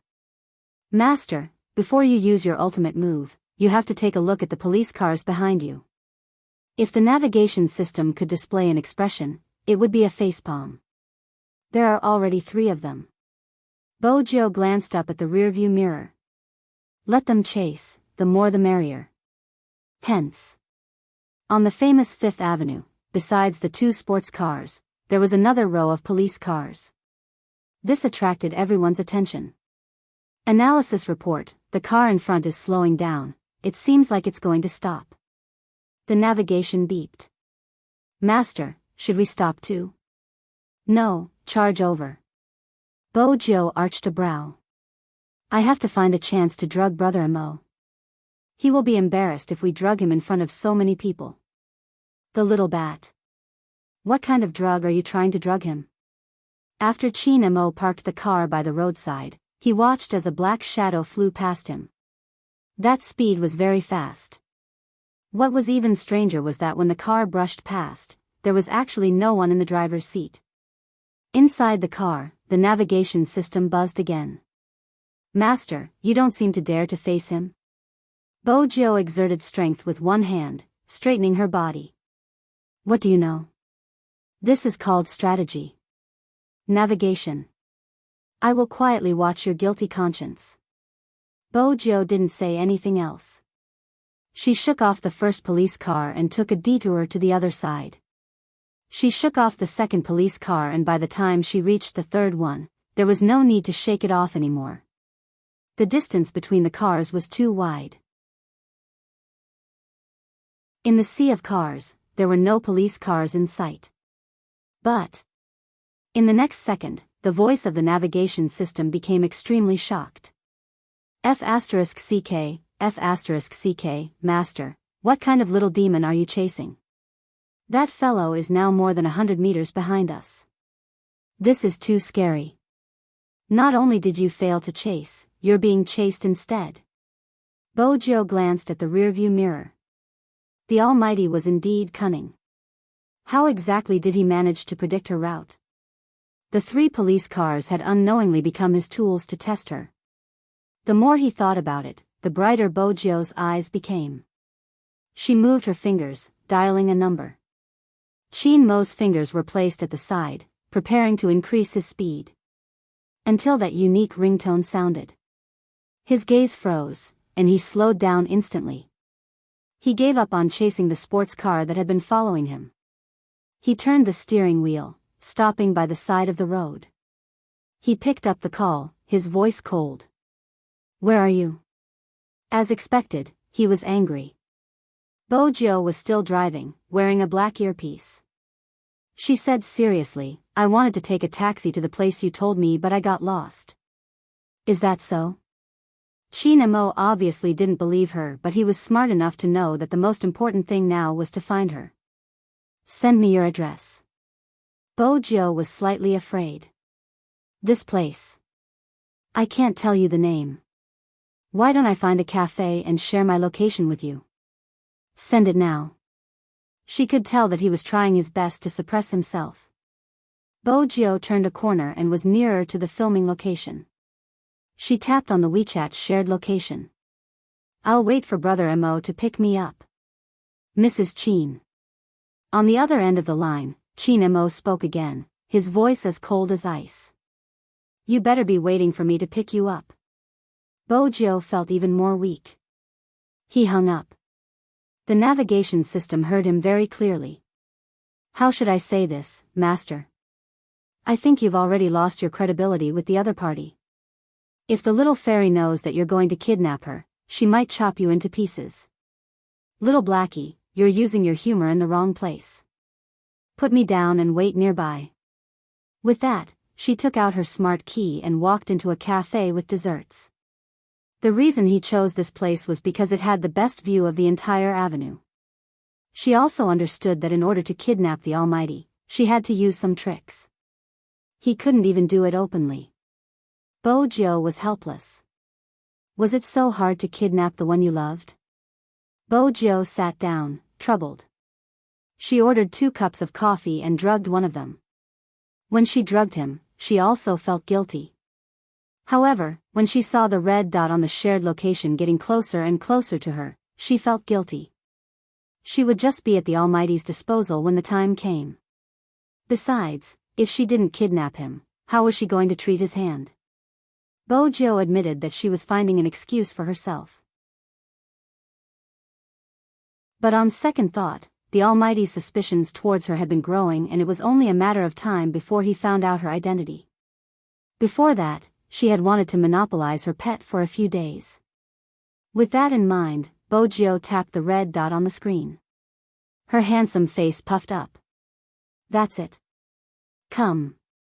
Outside the window, Chin Mo alighted from the car. Indeed, he didn't observe his surroundings. After all his thoughts were on locking a certain someone in his hands. When he got closer, he arched a brow. "The best view? What was that guy up to?" "Young master, the car that followed you is near you. It's 9:00, be careful."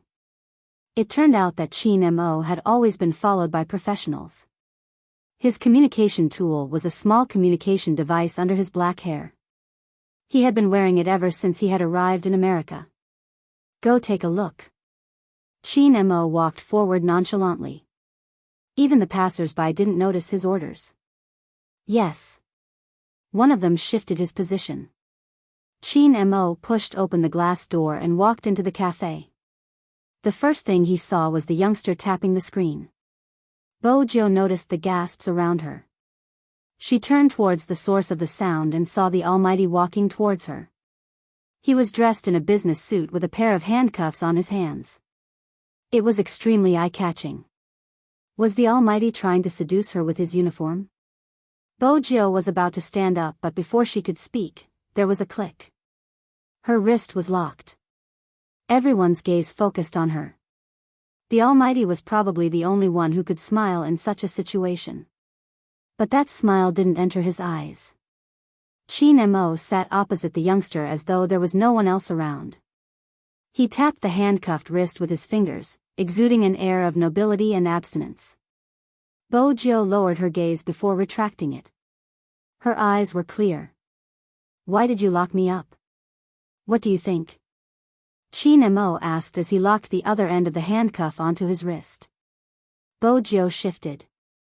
"It's not convenient to drink coffee." "Which cup?" Chin Mo was still restraining himself. He was afraid he would do something he would regret if he was too violent. But when he remembered the news, he almost wanted to dig a hole. Bojio felt guilty. "I don't have to drink." Chin Mo wasn't sure what she was thinking.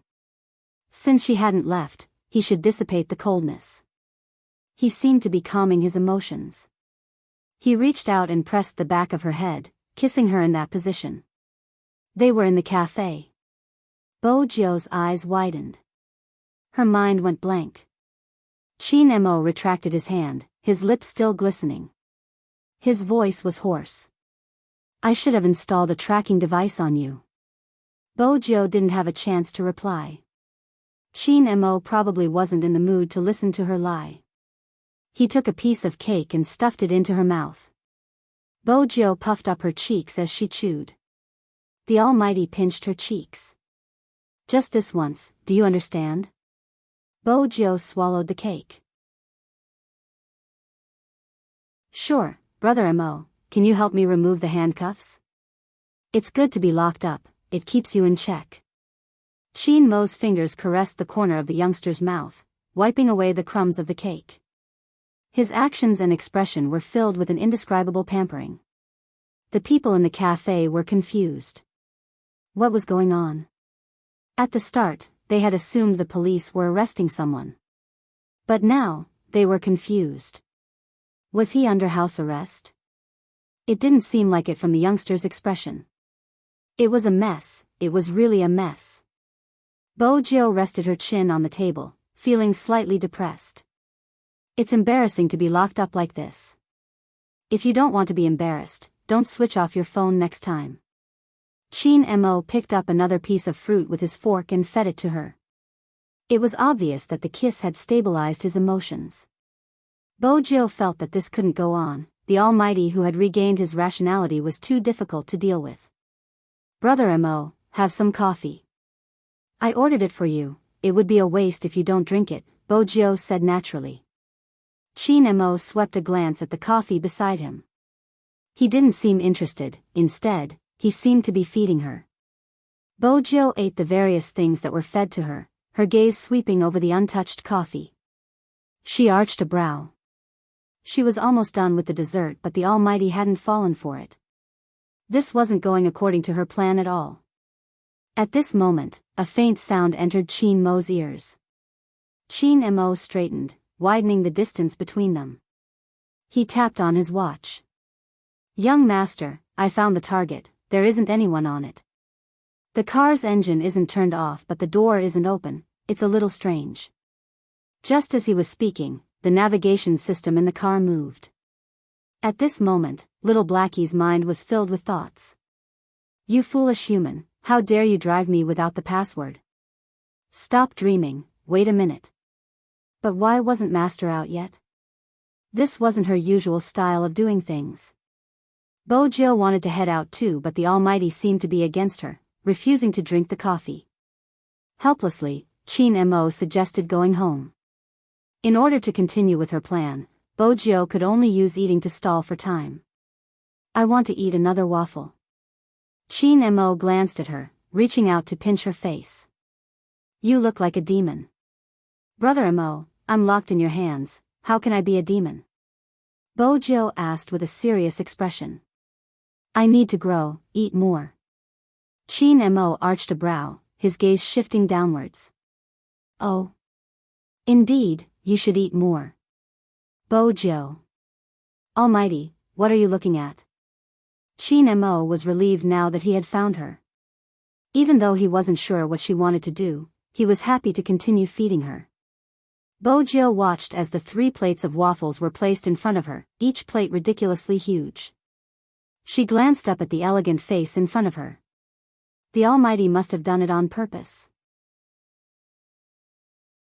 Eat, you can ask for more after you finish. Once Chin Mo was nonchalant, there was a hint of blackness in his voice. Bojo thought to herself, in order to tie him up, it wasn't a big deal to eat. She had a huge appetite anyway. It's boring to eat alone, Bojo replied. She reached for the coffee cup beside Chin Mo's hand, bringing it to his lips without a second word. Chin Mo didn't reject her this time. In fact, he rarely rejected her even after knowing her identity. In his heart, she was still a sensitive child who hadn't gone through puberty. When Bojo saw Chin Mo's thin lips move slightly, she broke into a smile. Her smile was like the clear sunlight hitting the spring water. Chin Mo subconsciously took 2 more sips, and half of the coffee went down his throat. If she had to describe it, Bojo would definitely have a vile person shouting proudly. But on the surface, she didn't reveal anything since she had to wait for the medicine to take effect. The effect of the medicine was really quick. Chin Mo quickly realized something was amiss. The shadow in front of him was swaying. He lifted his lids and glanced over at the youngster. Bojo felt uncomfortable under his gaze, her voice sounding sheepish. I'm sorry, Brother Mo, I really want to tie you up. Don't worry, there aren't any side effects. Tie me up? Chin Mo shook his head again, his brows furrowed. Bojo felt that she had gone overboard. She leaned over and kissed him. To tie you up. That's why I agreed to come to America to film. It's a little despicable, don't hate me. Chin Mo froze. He was reminded of what a certain someone had been talking about in her dreams. He could guess many reasons why she wanted him to come to America.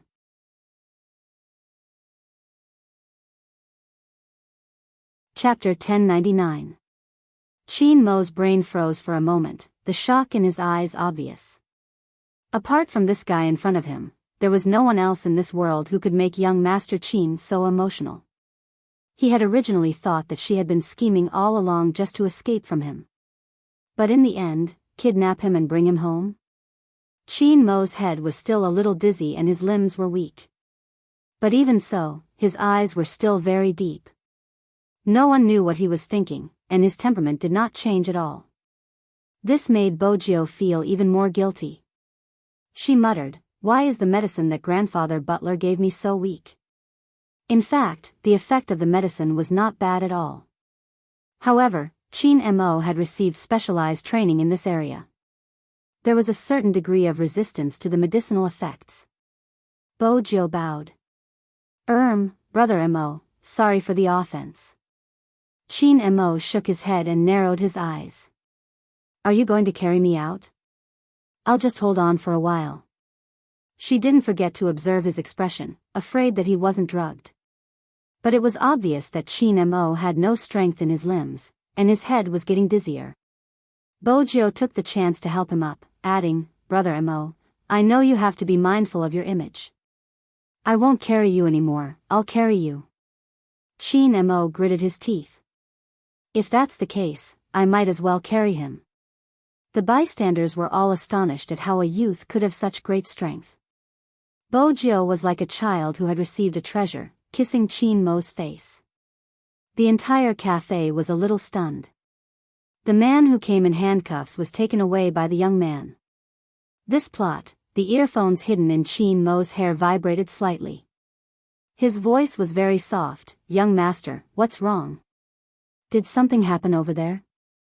Chin Mo didn't answer. The people hiding in the dark glanced at each other and prepared to move. Young Master Joe carried the young master out. Several people's gazes were focused on one point. What was going on? The young master didn't give any instructions. Did that mean that they didn't need to move? Just as they were guessing, Bojo didn't notice that she had touched the public button. Brother Mo, I know you must be angry at me for kidnapping you. This is young Master Joe's voice. Those people looked at each other again. This time, his eyes were clearly shaken. Young Master Joe kidnapped young master? Even if you're angry, there's nothing you can do. If you don't come overseas, you won't have a chance to do anything in China. Hearing this sentence, the person hiding in the long alley wanted to show himself. But at this moment, he didn't know if it was a coincidence. Chin Mo glanced up. The few figures stopped moving one after another. Young master was looking at us just now. I think so. But I don't think so. Coincidence? Why do I feel like young master is telling us not to go out? Let's take another look.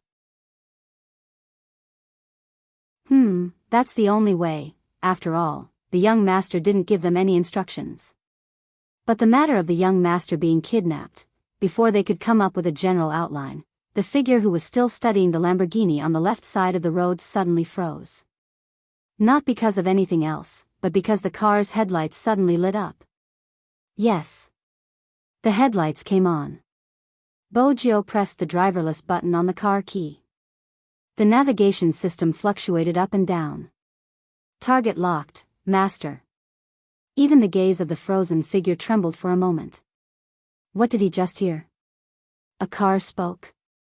This world was a little fantastical. When the Lamborghini moved, the most important thing was speed. It swung its tail in an extreme turn. With a sharp turn, it sped towards Bojio's direction. The next second, it braked, stopping in front of the two people. Even though Chin Mo didn't have the strength to retaliate, he was still able to think. The car in front of him was extremely familiar.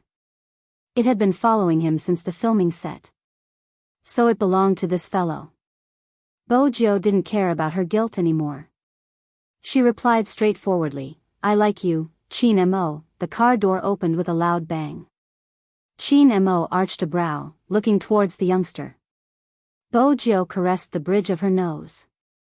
Voice password. With that, Bojio bent over and placed the youngster in the car. Hence, everyone looked towards the side of the road. Young Master Jio placed their young master in the back seat with great effort, a serious expression on his face. Even though the timing wasn't right. They wanted to ask, was he that happy to kidnap their young master? Young Master Jio definitely didn't understand their young master well. This was practically kidnapping the devil back home. Bojio was clear about this, but she was afraid the Almighty would play some tricks. Hence, she took out the handcuffs Chin Mo had used just now and placed them on his wrists. "Brother Mo, I'll unlock them for you when we reach home." Chin Mo didn't reply, but he frowned. Bojio knew that the Almighty wasn't willing to entertain her. In the end, Chin Mo asked, "What did you use on me?" "To let you sleep, but Brother Mo, you're too dangerous, you're still awake." Bojio closed the car door and pulled open the driver's seat. The moment she held onto the steering wheel, she felt a little more at ease. However, there was a slight change in the navigation system. "Master, there's someone tailing us." Bojio glanced at the rear mirror. She turned the steering wheel with her left hand and retreated swiftly. Then, she did a 180-degree turn on the spot, swaying the rear of the car. Her driving technique was elegant and beautiful. This made the people hiding in the other three cars want to give chase. They really didn't expect that their young master would be kidnapped. Logically speaking, that shouldn't have happened. How could their young master not have noticed? Indeed, Chin Mo had noticed it long ago. Ever since he had entered the cafe, the youngster's gaze had been on the cup of coffee beside his hand, as though asking him why he hadn't drunk it yet. Chin Mo had wanted to see what exactly she was up to. Hence, he had taken the opportunity to drink the coffee so that she would be more obedient after revealing her true colors. Even he did not expect that this guy was trying to kidnap him. Chin Mo lifted the corners of his lips subconsciously. But he wouldn't let the youngster see his emotions. He sat in the back seat, looking extremely weak. He was really dizzy. He raised his fingers and pressed them against his temples. Through his gaze, he could vaguely see the light. Chin Mo knew that the fox-like youngster was still wondering if he had really taken the medicine. He had to make her feel at ease. Chin Mo closed his eyes and leaned his head against the window while the drug was still in effect. The Almighty's current state was extremely alluring. His handsome face was slightly pale from the effects of the medicine. His wrists were handcuffed and his black hair fell down. His pure black lashes made him look abstinent. The navigation system vibrated. "You're the little vixen that Master fancied when he was outside?" "Little vixen?" Chin Mo's fingers stilled. He wanted to open his eyes, but in the end, he resisted the urge. After all, he wanted to see what else she would do to kidnap him. Bojio heaved a sigh of relief when she saw no reaction from Chin Mo. The medicine is finally taking effect. It wasn't easy. All that's left is to activate the automatic detection mode and plan a new route. "Master, it doesn't seem that simple." The navigation system activated and a three-dimensional image appeared on the screen. "There are more cars than I expected. I thought there would only be 2 or 3. There were already 7 to 8 flashing red dots." The situation seemed bad. Bojio arched a brow. It didn't look like a police car, but she didn't have much time to think. With a loud swoosh, she drove the black Lamborghini through the crowd of cars, shaking off the car closest to her.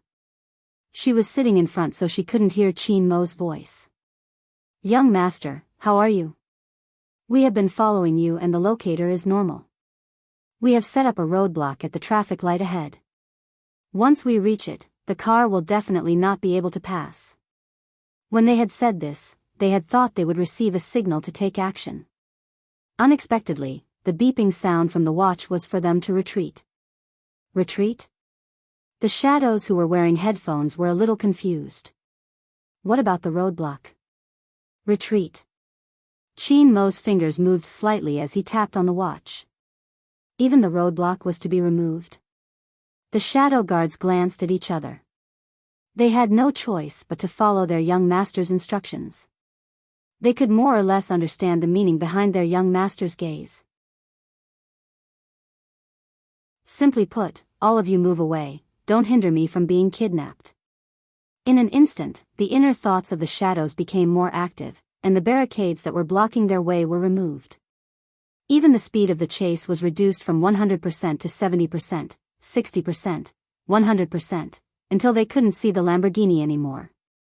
The shadow guards stopped moving and looked at the blinking red dot.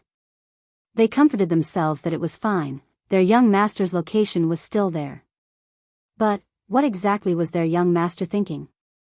Bojo, who had shaken off all the cars, was elated. She whistled and sighed. It's not easy to kidnap the Almighty. The shadow guards could hear the sound. When they heard her words, they looked up at the sky and thought to themselves, young Master Joe, young master has been cooperative enough. If he hadn't, you wouldn't have been able to kidnap him. Why do I feel that young master is happy to be kidnapped by young Master Joe? Let me tell you something. What? When young master came out of the cafe just now, he seemed to be smiling. It was clearly a kidnapping. Why did they get a taste of dog food? On the other side, the Lamborghini was already on the bridge. Bojo was still troubled. Little Blackie, what should I do if the Almighty continues to ignore me after he wakes up? Master, as expected, the little vixen's presence has affected your judgment. No one likes to be kidnapped. It's normal for him to ignore you. There were lines on the navigation system. He was extremely serious. The important thing is that he is kidnapped. Bojo glanced over and raised her eyebrows. She smiled. That's right. Bojo, who had been dealing with all kinds of unexpected situations, didn't know what Chin Mo had ordered. If she had known, she wouldn't have been so worried. Of course, Chin Mo wouldn't let her know either. From the start, young Master Chin was a perfect kidnapper. He was weak and handsome, just like a young master who had fallen from grace. Time trickled by. Dusk fell. The castle in the forest gave off a mysterious vibe that was difficult to get close to. Under the last rays of the setting sun, the Lamborghini drove into the courtyard. The old butler, who was dressed in a well-ironed suit and had British blood, was already standing there. There was a drowsy owl perched on the branch. It had to be said that this was a scene that would only appear in a comic book. If it wasn't for the modern Lamborghini that broke the harmony. The old butler opened his pocket watch. Even though it was a little late, they could still make it for dinner. Not bad. Bojo didn't call for help. Instead, she bent down and carried Chin Mo out. She smiled faintly. Brother Mo, you won't be in the mood to tour when you wake up tomorrow. I'll have to say this now. Welcome to my castle. Chin Mo didn't react. In a sense, he was asleep. Young lord. The old butler walked over. He was still holding his pocket watch. His gaze landed on Chin Mo's face. He looked back and forth. As expected of the Yin family's grandson. That was what the old butler said. Deep down, he was thinking about something else. Did this youngster look down on his young lord? Was that why his young lord wanted to kidnap him? It had to be said that the old butler had a certain level of misunderstanding. Chin Mo wasn't aware of this. All he could feel was a certain someone holding on to him. Her breathing wasn't steady. Her sweet scent seeped into his nose. He could hear her saying, "This is my room. You'll definitely like it." The next moment, he was placed on the soft bed. His breathing didn't weaken. Instead, it became clearer. It was so clear that it made one's heart itch. Chin Mo didn't have any energy. When he heard that Bojio wanted to leave, he tilted his body. His arm pressed down on her waist naturally. Bojio paused. Her clear eyes swept over the handsome face that was so close to her. Everything seemed like a dream. The Almighty had really been kidnapped by her. It felt as though they had returned to their younger days when they had slept face to face. But Bojio knew that this peace was temporary. When the Almighty woke up, he would definitely ignore her. She reached out and hugged Chin Mo's waist. "I don't care, it's mine." This was the only thing she could say now. Bojio wanted to leave right after declaring her ownership. But in this position, it would take some time for her to break free. When her nose brushed past, her lips had to slide past Chin Mo's lips before she could move his arm away. MMH. She had to take advantage of the Almighty now. But it was hard to say who would be the one taking advantage. With his eyes closed, Chin Mo could feel the softness of her lips. There was even a hint of sweetness. Darkness descended. Bojio walked out of the room. Chin Mo, who was lying on the bed, slowly opened his eyes. His eyes were the same as usual, so deep that they seemed to be able to emit starlight. Words for the readers, 4-in-1. Moi, good night.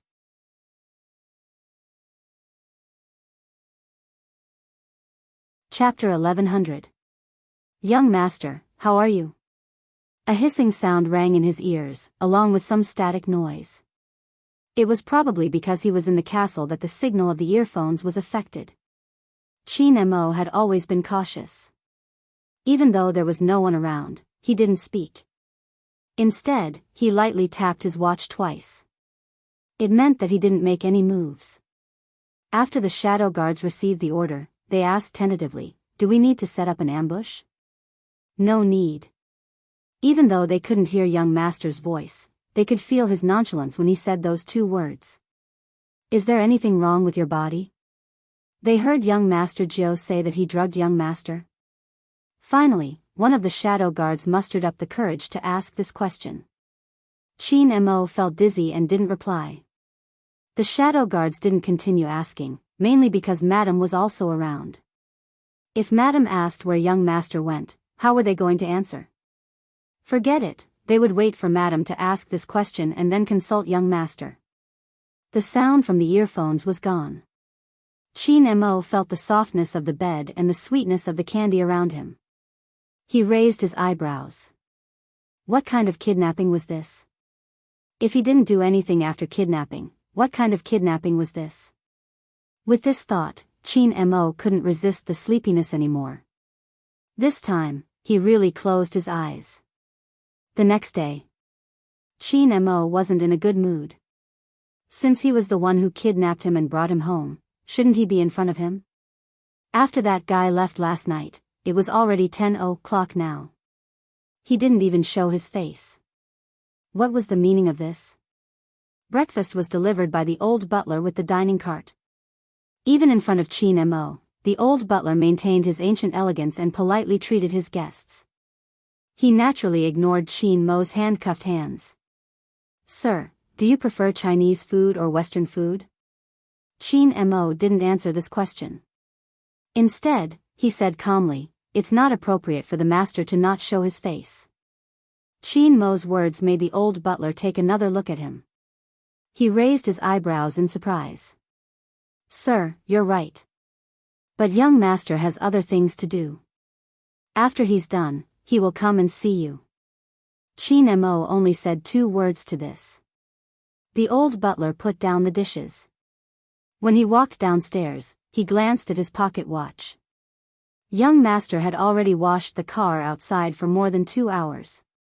If he continued to wash it, he would have to pay more for the water bill. Xiao He, the Lamborghini, also sensed its master's abnormality. "Master, you've already cleaned my car mirror 10 times. If you continue, my beautiful skin will break." The curve on the navigation was very obvious. The internet says that it's not good for the car to keep washing it. Bojo arched a brow and continued splashing water. I'm doing this because I love you. Think about it, you haven't bathed for half a year. In human terms, you have to peel off a layer of skin to be clean. Then when master is bathing me, can you please not step on me and stare at the window on the second floor? This is an insult to my high intelligence. You must be thinking about that little vixen, the navigation system said angrily. Little Blackie, based on your observation of little vixen yesterday, do you think he will forgive me for kidnapping him? Bojo didn't retort, instead, she sighed deeply, her slender body sprawled on the ground. He won't. The navigation system wavered. Master, are you crazy? Why would anyone forgive a kidnapper? As a qualified smart sports car, I helped Master do some research. You should sleep as much as you want when dealing with a kidnapper. Bojo thought about it. She felt guilty. If I sleep with him now, he will definitely stare at me. Sigh, why does the person I like have to be so rich? The almighty and unyielding, the Almighty's dungeon was too difficult. The old butler stood at the door, taking in everything. He was even more certain that the grandson of the Inn family didn't fancy his young lord. He really had no taste. The old butler frowned in disapproval. Bojo smiled when she saw him, her eyes brightening. How is it? Grandfather Butler, has the Almighty had breakfast? My cooking probably isn't to his liking. The old butler changed his words. Bojo was smart enough to realize that he was comforting her. Her gaze dimmed. The old butler had never seen such a young lord before. He had to find a time to ask that man what he liked. What was wrong with his young lord?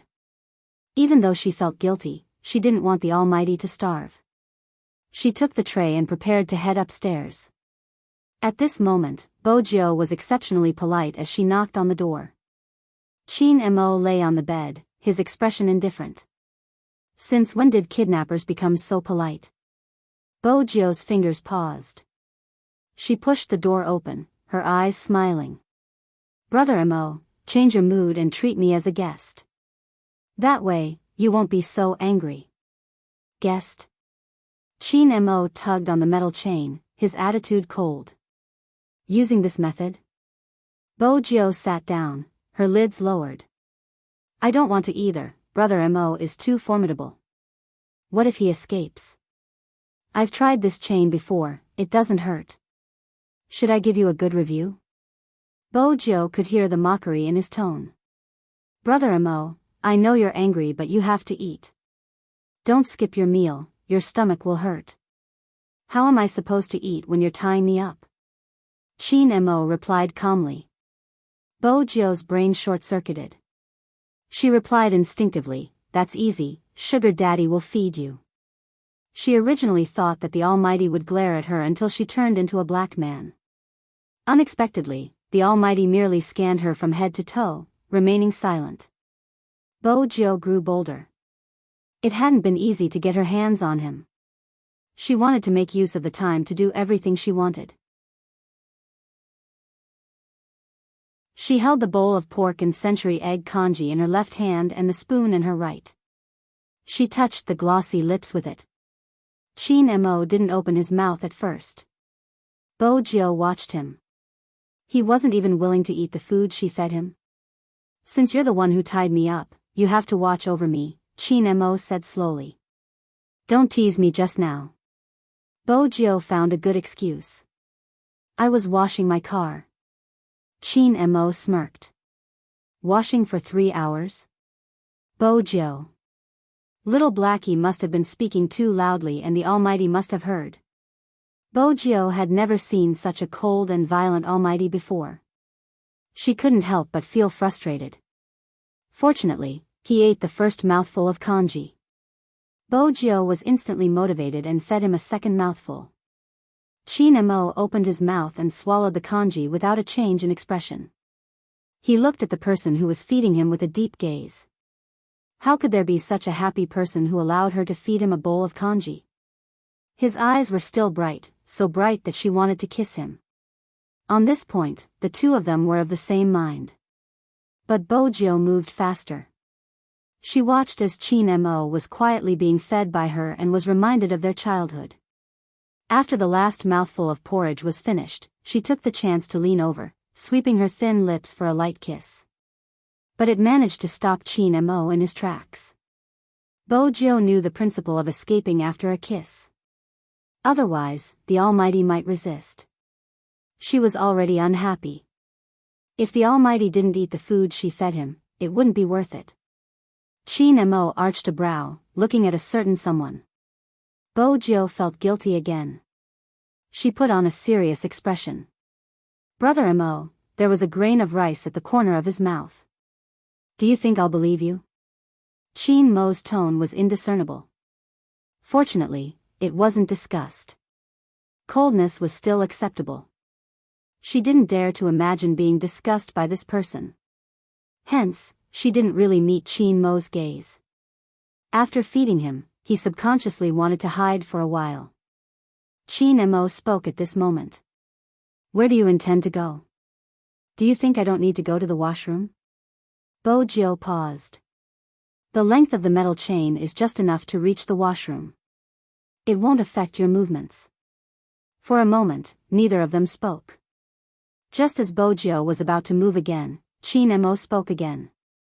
Chin Mo's voice rang again. Have you thought about the consequences of locking me up like this? I have. Bojo lowered her head slightly. She knew that she would have to face this question sooner or later. But hearing it personally was a different feeling. Was he really starting to hate her? Chin Mo swept a glance over Bojo. Then he stood up and used his other hand to pull her. He lowered his voice beside her ear. Why did you lock me up after you thought about it? I had to, Bojo replied in a low voice. It wasn't easy to tie it up. The conversation between the two of them was accurately transmitted to the other side. The shadow guards glanced at each other. They were all slightly shocked. They were shocked by their young master's acting skills. Young Master Joe definitely didn't know how cooperative young master had been when he had tied him up. Now, he was definitely making young Master Joe feel guilty. The shadow guards wanted to hear the rest of the conversation. Chin Mo seemed to have thought of something. He retracted his hand and slid his fingers over his watch strap. This time, they couldn't hear anything. The shadow guards looked up at the sky.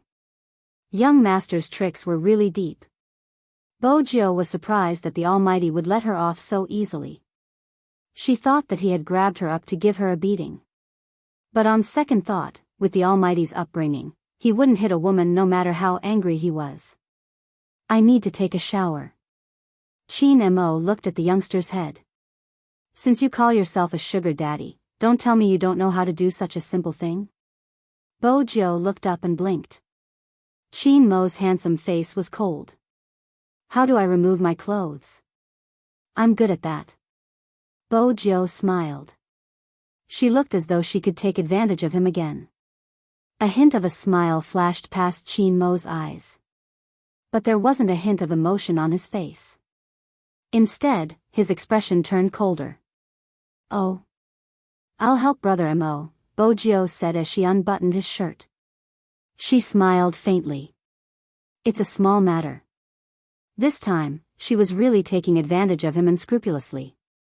She didn't have to worry about being oppressed by the Almighty. She had to admit that Chin Mo was indeed ridiculously good-looking. Especially when he was standing tall with his messy black hair. He lowered his head to look at her, allowing her to pull his shirt open to reveal his beautiful abs. He was so handsome that it made her heart beat faster. Done. Bojo's ears turned red. Chin Mo arched a brow. I don't have the habit of bathing in trousers. Bojo watched as his hand was locked. She gritted her teeth and reached out to unbutton his trousers. But the moment she touched it, she retracted her hand. It was scalded. Bojo glanced up instinctively. Chin Mo's expression was indifferent. If you can't do it, undo the chains and let me do it myself. Brother Mo, there's no use trying to provoke me. Bo-jio smiled, looking slightly devilish. I'll continue. Chin Mo watched as she lowered her head. Who said that provocation didn't work? His motive wasn't to get her to undo the chains. His gaze dimmed as he waited for the youngster to continue. Bo-jio reached her hand over. She thought for a moment and decided to negotiate. Brother Mo, can you make it less hot? I'm a normal man. Chin Mo's words denied Bo-jio's intentions. Bo-jio had no choice. She braced herself and tried her best to avoid the scalding heat. She unzipped his zipper. Once the zipper was unzipped, everything else became easier. But Chin Mo, who wasn't restrained by his clothes, couldn't shift his gaze away. Especially since he was wearing a black t-shirt. She was caught off guard and turned on the shower. When the hot water flowed down, a layer of mist rose. The water droplets landed on his black hair, glistening like pearls. They rolled over inch by inch, gathering on his V-line. It was a sexy mess. For some reason, Bo-jio's throat felt dry. Just as she was about to leave, he pulled her back. You want me to shower with one hand? Chin Mo's tone didn't change. What about my back? How do I apply the shower gel? You have time to shower your car but not me? Why did you tie me up? When Bo-jio heard this, her first reaction was to estimate the Almighty's danger level. It shouldn't be that high. She had to take advantage of him. I wanted to go outside to get the shower gel, Bo-jio replied seriously. Chin Mo exposed her mercilessly. It seems to be behind me. I didn't see it just now. Bo-jio smiled. I'll help you apply it now. With that, she pressed a few buttons on the small bottle, pressing the fragrant shower gel onto her palm. Her beautiful eyes were smiling as she caressed the abs she had been yearning for. As expected, it felt good. MMH. It was cool and smooth. And there was a jade-like feeling on his chest. Bo-jio smiled as she took advantage of the man she wanted. She didn't notice that when she lowered her head, the man she had tied up was smiling faintly. Bo-jio experienced the feeling of being a sugar daddy. If only the Almighty was willing to do all of this. For instance, he would become her pet again. When they were young, he had already agreed that he was hers. But in the next second, her hand was pressed against the wall. That kind of strength was enough to prove that it was impossible for her to imagine it. Her back was pressed against the cold wall. The next moment, a man's voice rang out, carrying with it the steam of the bathroom and the warmth of the hot water. The slightly cold breath hit the back of her ears, making her heart tremble. Who exactly are you? The question finally came.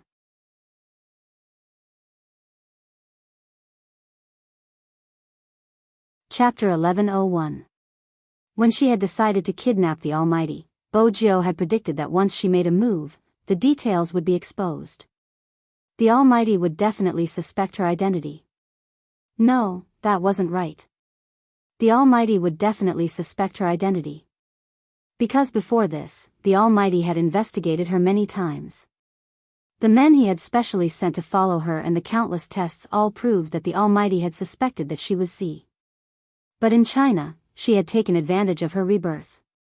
But now, how was she going to explain her familiarity with the streets of New York? Xiaohei, the smart Lamborghini, and the castle were parked downstairs. The Almighty would never believe that the Fu family was that rich. In reality, she couldn't come up with anything. Anyway, she was already kidnapped. What was there to be afraid of? Bo-jio was decisive. Even though she was pressed against the wall, she didn't seem to have any intention of retreating. Instead, she lifted the corners of her lips, her voice seductive. Brother Mo, have you already guessed my identity? I'll let you say it yourself. Chin Mo's thin lips were very close to her ears. He was so close that if Bo-jio tilted her head, she would be kissed. She had no choice but to maintain her position. She glanced up, her lashes damp. I'm Z. I'm the Z that you've been chasing. Chin Mo's fingers paused, as though they had stopped. Bojo admired the Almighty's rare pause. She reached out and hugged his neck. Brother Mo, don't even think about escaping. I know how to imprison people. Chin Mo looked down at the sparkling mole. The back of his hand stiffened. He pushed her away and closed the bathroom door.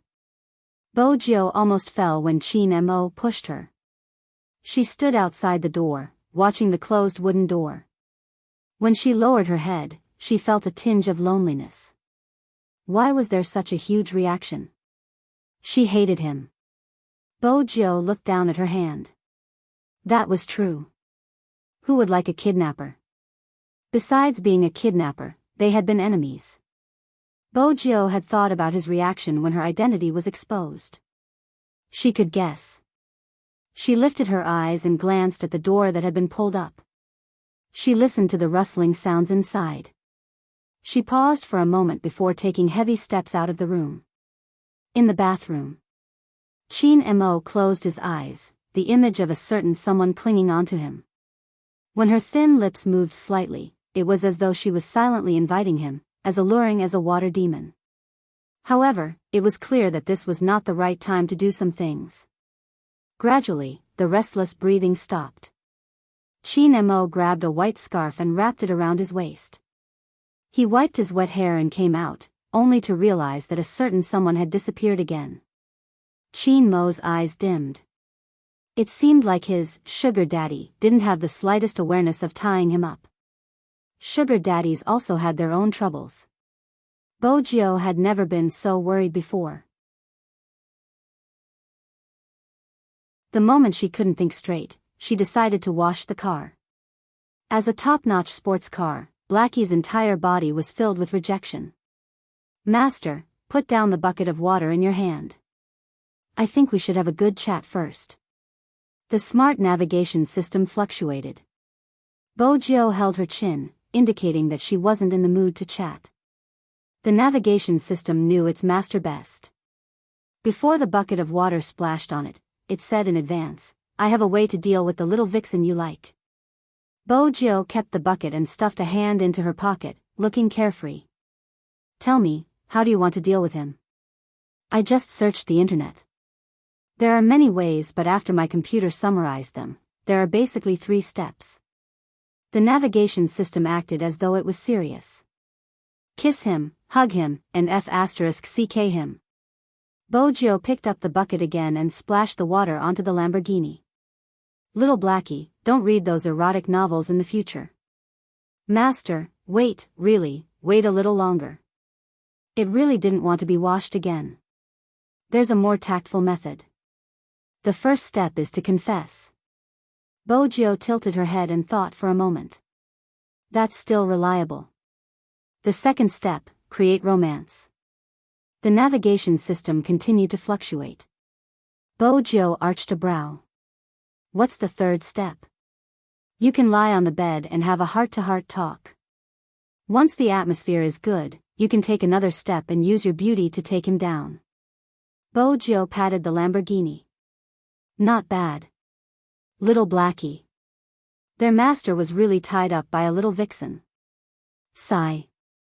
As long as the Almighty didn't ask her to leave, she didn't need to leave at all. Even if his attitude was a little cold. But since she was the one who kidnapped him, it would be weird if he was warm. Bojo lifted her legs and went upstairs. The moment she opened the door, she heard the deep and melodious voice. What is it? Sugar Daddy is so free to tease me again? Bojo laughed and jumped onto the bed. She looked at Chin Mo, looking carefree. Chin Mo couldn't predict her actions. She was so close to him that he could hear her breathing. He leaned against the headboard and she was just beside his hand. If it wasn't for the butler who always walked back and forth by the door, he would have broken the handcuffs long ago to let her experience the consequences of teasing him. Go down. Chin Mo's voice was calm, but he didn't look at her. Bojo pressed his leg with one hand and smiled. Brother Mo, why didn't you ask me why I am Z? Would you tell the truth if I asked? Chin Mo tilted his face, not a hint of emotion on his face. Bojo muttered, "It's a long story. I changed my identity when I woke up and became the young master of the Fu family. I didn't mean to lie to you." "You mean you became another person?" Qin Mo already knew all this. He was just saying this to make the youngster maintain this position for a longer time. Bojo glanced up. "I know it's hard to believe, but it's the truth. Alright, let's not talk about such an unpleasant topic. Brother Amo, why don't you ask me why I kidnapped you?" The old butler was guarding the corner of the wall. When he heard his young lord's words, he thought to himself, why didn't you mention it? It would be weird if they could continue the conversation. As expected, Qin Mo's voice became faint. "Why?" "Because I like you too much." Bojo's eyes lit up, her smile clear. "I can't control myself." Qin Mo's heart skipped a beat. She was breaking the rules again. Through Qin Mo's handsome face, Bojo couldn't tell what he was feeling. She took the opportunity when he was in a daze to tilt her head and kiss his slightly cold lips. Bojo wanted to leave after the kiss. If she was pushed away, it would be too awkward. But just as she was about to move back, she heard a clattering sound. It was the sound of metal chains sliding. His wrist was pressed down by someone, and even the kiss became an existence that made him feel hot all over. She was attacked continuously. It felt as though all the air was sucked away. A numb feeling exploded from the tip of her tongue. Her waist was being hugged. In between breaths, his breath landed behind her ears. "Do you think I'll allow you to tease me obediently?" Bojo waited for the strength to gather. She was a little afraid to meet his eyes. She tilted her head. "No." "But..." Qin Mo hugged the person in his arms, burying his face into her delicate and fair neck. "It depends on my mood." Bojo's eyes lit up. Was there room for negotiation? "Firstly, I don't feel comfortable being chained up like this." Qin Mo's tone was calm. "Unlock the lock." Bojo felt that the Almighty was too cunning. He was obviously using his charm. She didn't get a response. Qin Mo opened his mouth again, his voice cold. "You tied me up and threw me here. You can interfere when you want and ignore me when you don't want to. It doesn't make sense if you don't pick the lock.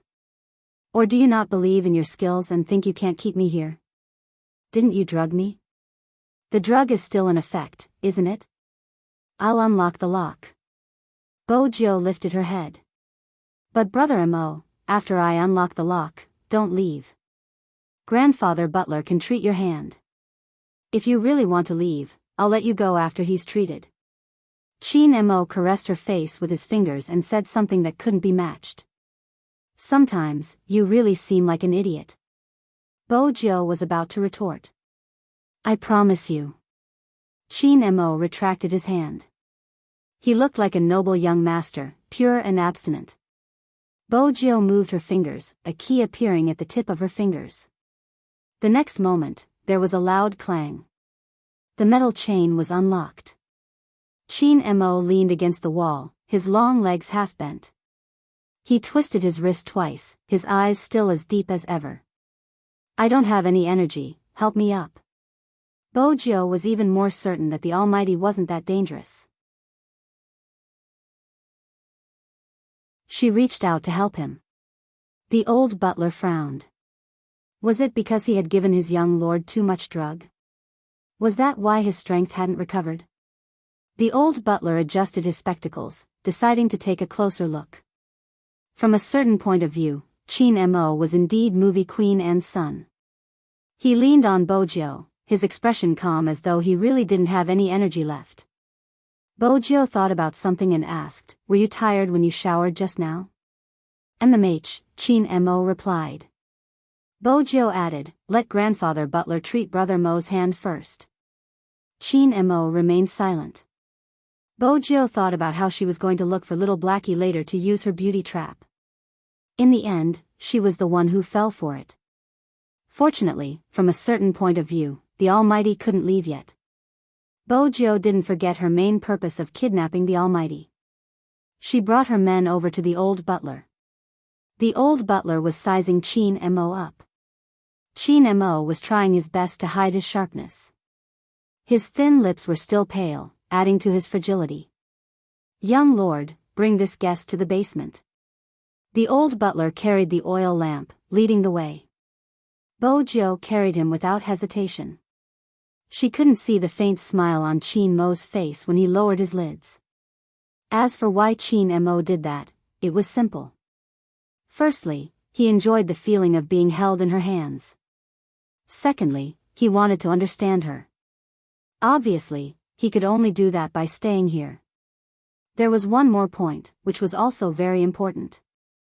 She had never completely let her guard down against him. Hence, she didn't believe that he wouldn't leave even if she unlocked the door for him. There was a click. The old butler turned on the light. That was when they realized that there was a complete set of surgical equipment in the basement. There were even various instruments and human organs soaked in containers. "Please." The old butler's solemn expression was indeed frightening. Young Master Chin was probably the only one who could remain calm in front of him. Chin Mo arched a brow, his words directed at Bojo. "How am I supposed to believe that you aren't going to dissect me? You are going to treat my hand. There's no point in studying you." The old butler's voice was calm. "Young Master Chin, you are a friend that young lord brought over. Trusting the owner of this castle is the only thing you can do now." Chin Mo retracted his gaze. "What if I don't cooperate?" The old butler kept his watch. "I'm not willing to treat you either." Bojo watched as the two of them started arguing. She glanced at Chin Mo's side profile, remembering the Almighty's memory loss. Suddenly, she asked, "Brother Mo, are you afraid of lying on the bed like this?" Chin Mo's fingers stilled. He tilted his head. "What a joke, why would I be afraid?" She had to learn to think in reverse when interacting with the Almighty. If he said he wasn't afraid, he was definitely afraid. Bojo reached out to hold Chin Mo's hand. "Brother Mo, I'll watch over you. Besides, my castle is very safe, no one will come." Chin Mo's gaze swept past the youngster's face. "If you dare to take a step away, throw me out of the window," Bojo replied. Chin Mo seemed to be smiling. Bojo wasn't sure since the lighting was a little dim. "All right." Bojo glanced up at the old butler. Bojo glanced up towards the old man. "Grandfather Butler." The old butler harumphed, starting to prepare the tools. As he moved his hands, he asked, "Has the injured hand been operated on before?" "Yes." Chin Mo was extremely polite. The old butler stretched out his hand and pressed his wrist that was wrapped in a white bandage.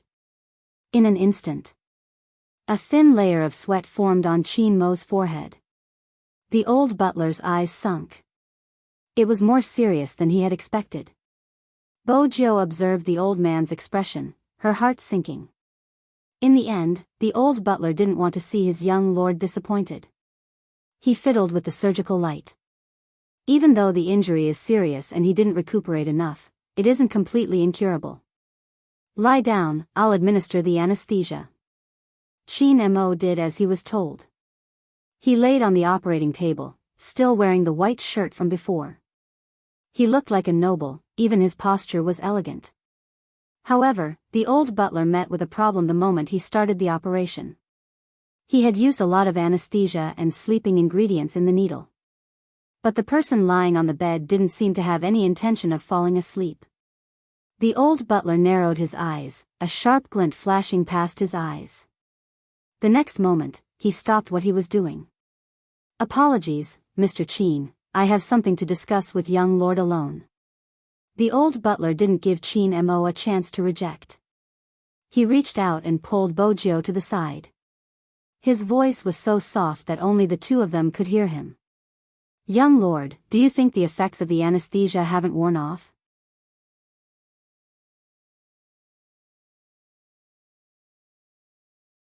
Chapter 1102. The old butler paused, frowning. Then, young lord. He unlocked him. The old butler didn't finish his sentence. Bojo interrupted him. That isn't important, he will leave sooner or later. The most important thing is to treat his hand before he leaves. Hence, I have to ask grandfather butler, a soldier's hand is too important. Even though he doesn't have a military rank now, I know he will have to return to the military one day. As for why I unlocked him, I feel that someone as handsome as him shouldn't be chained to the bed. He has such a limited range of movement. In China, he had many chances to chain me, but he only threatened me verbally and never resorted to such methods. Now that he's in my territory, I won't break his wings even though I want to keep him. Grandfather butler, please don't be prejudiced against him, he's actually...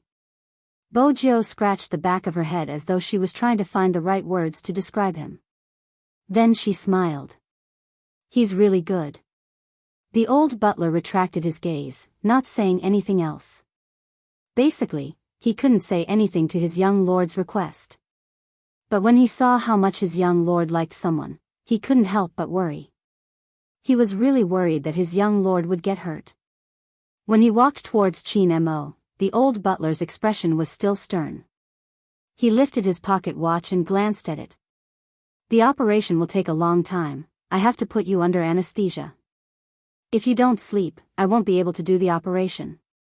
Regardless of his past experience or the training he had received, he wouldn't fall asleep easily. Both the old butler and Qin Mo knew that it was a psychological reason. Qin Mo wouldn't let his guard down so easily unless he was seriously injured. Although this sounded a little strange, the problem they faced now was that they had to sleep before the surgery. The old butler assumed that Qin Mo would reject the operation. Based on his judgment, Qin Mo was meticulous and seemed polite but wasn't easy to get close to. It was destined that he wouldn't trust anyone. Besides, his young lord had kidnapped him and invited him over.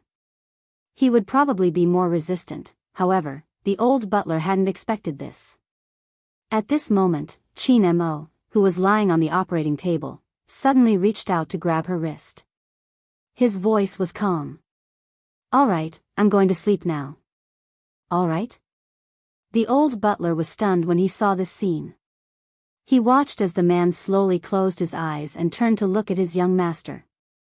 Bojo replied proudly, I can put you to sleep. The old butler reached out to push in the new anesthetic needle. At this moment, the elegant young master Qin's muscles actually relaxed. Just how assured was he? Only then would he lower his guard in front of that person. This was extremely difficult for those who had undergone special training. It seemed like young Master Qin didn't care about young Master. The old butler's heart finally relaxed a little. When the surgery started, the medicine started to take effect. Qin Mo's hand started to loosen, but he still wanted to hold on to a certain someone. It was as if this was the only way he would not be swallowed by the emptiness that came from the depths of his heart. But he couldn't catch it. He couldn't grab it no matter how hard he tried. Oh no. This was the old butler's first reaction. This surgery required the patient's complete cooperation. Otherwise, the slightest movement would cripple his hand. But Qin Mo, who was lying on the operating table, seemed to have been agitated. The thin sweat that seeped out of his forehead had already drenched his black hair. Even his body was filled with extreme unease. It seemed like he was having a nightmare, but it wasn't exactly. But if he continued moving like this, the surgery would definitely fail. Young lord. The old butler who was wearing a surgical mask said hoarsely, hold him down, you have to hold him down. Bojo looked at the fragile person on the operating table. She didn't know what to do. Yes, for the first time in her life, she didn't know what to do. If it had been someone else, she would have used brute force to calm him down. Otherwise, she would have knocked him out. But it wasn't someone else, it was Qin Mo. He was the only person she had wanted to hold in her palms ever since she was young. Young lord. The old butler pressed down on Qin Mo's shoulders. From his expression, it was obvious that he was trying his best to suppress the other party. When the old butler turned back, he saw Bojio's face. His voice lowered. Young lord, the old butler had only seen this side of Bojio once. When his master had died. That youngster had stood in front of the gravestone. Her eyes had lost their luster and she didn't know what to do. Now, young lord, the old butler opened his mouth, wanting to say something. Bojio suddenly lowered her lids and raised Chin Mo's hand, her thin lips landing on it. The kiss was so natural. Brother Mo, I'm here too. The youngster's clear voice echoed in the quiet basement, adding an indescribable warmth. I'm here too. Regardless of what was in your dream or what you were experiencing, you weren't alone. Chin Mo was indeed dreaming. Once he was in such an environment, he would enter a deep sleep. That kind of dream would come out. It was an endless stretch of water. His entire body was in the water, trying his best to grab hold of the other party. But that person fell deeper and deeper, until the darkness engulfed everything. No matter how painful it was, even if it tore his heart apart, it was useless. Because he couldn't save her anymore. Until he felt a warmth on his palm. Only then did Chin Mo stop moving. He opened his hand and finally grasped something. It wasn't cold water anymore. It was a person's body temperature. That kind of body temperature always made him feel comfortable. It was so comfortable that for a period of time, when he woke up, he felt as though he was hugging a little son. Suddenly, the dream changed. Chin Mo frowned. Chin Mo frowned because he had never dreamed of such a dream before. A little girl with soft black hair was hugging him. She was wearing tiger pajamas and had a pair of furry ears. He couldn't see her face clearly, but he could vaguely feel that she was cute. Her face was rubbing against his shoulder as though she hadn't woken up. Her voice was warm, like a little kitten, with a nice milky scent on her body. Her entire body was soft and her words were like a fox's. I'll sleep a little more, just a little more. Since I've hugged you to sleep so many times, it doesn't matter if I do it once more. At most, I'll let you hug me to sleep. Chin Mo's deep eyes weren't completely focused on the little girl. He could clearly feel that in this dream, his hands and body had become smaller. It was as though he had returned to when he was 4 or 5 years old.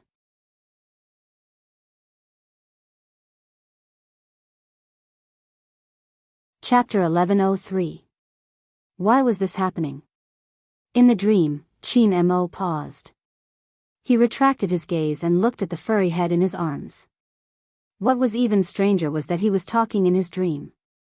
If you don't wake up, there won't be any milk to drink. You won't be able to grow taller. The tiger-like girl in his arms leaned against his neck. Her voice was clearer. How should I say this, Momo? I'm taller than you, you don't have to worry about this. He seemed to have clenched his fist. His chest was filled with anger. He reached out to pull her away. Boys grow slower than girls. Don't you know this common sense? The little tiger shook her head. No, I'm young. I don't know anything. Whenever she faced a problem, she would say that she was young. In the dream, he was obviously too young and didn't have much patience. He gritted his teeth in anger. Are you forcing me to throw you out of the window? Momo, how many times have I told you? Life is beautiful but you're too hot-tempered. Don't be like this. You're getting old. When the little tiger said this, she was as serious as she could be. She was so serious that Chin Mo wanted to see who exactly she was. But the dream was slipping away. Every part of it was a mess.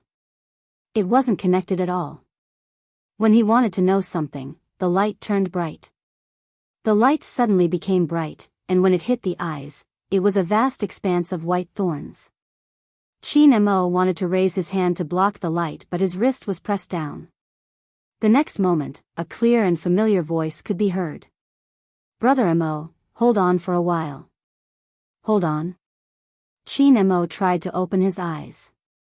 He glanced sideways at the person beside him. She was holding onto his wrist. Her body temperature was just right. When he saw that face, Chin Mo remembered that he was still on the operating table. Done. The old butler heaved a sigh of relief. The surgery seemed simple since it wasn't a brain surgery. However, there were meridians on the wrist. The details had to be controlled very strictly. If one wasn't a top-notch doctor, they wouldn't be able to perform the surgery. This was related to experience and skills. But even so, the old butler still lifted his hand to wipe the sweat off his forehead. This was enough to prove that this surgery wasn't easy.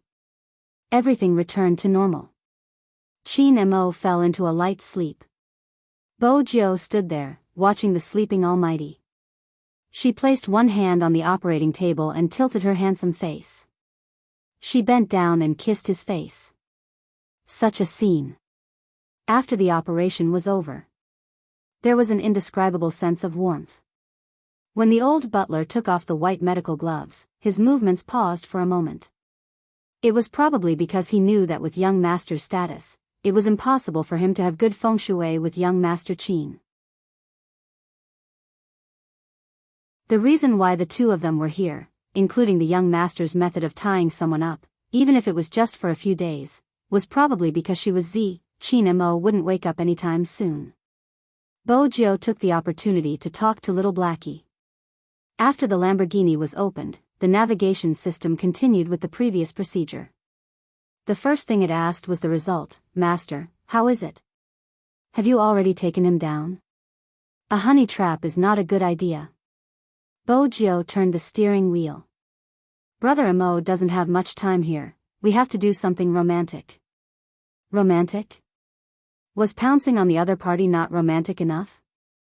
The navigation system felt that it couldn't understand human thought. But this didn't affect how cool it was.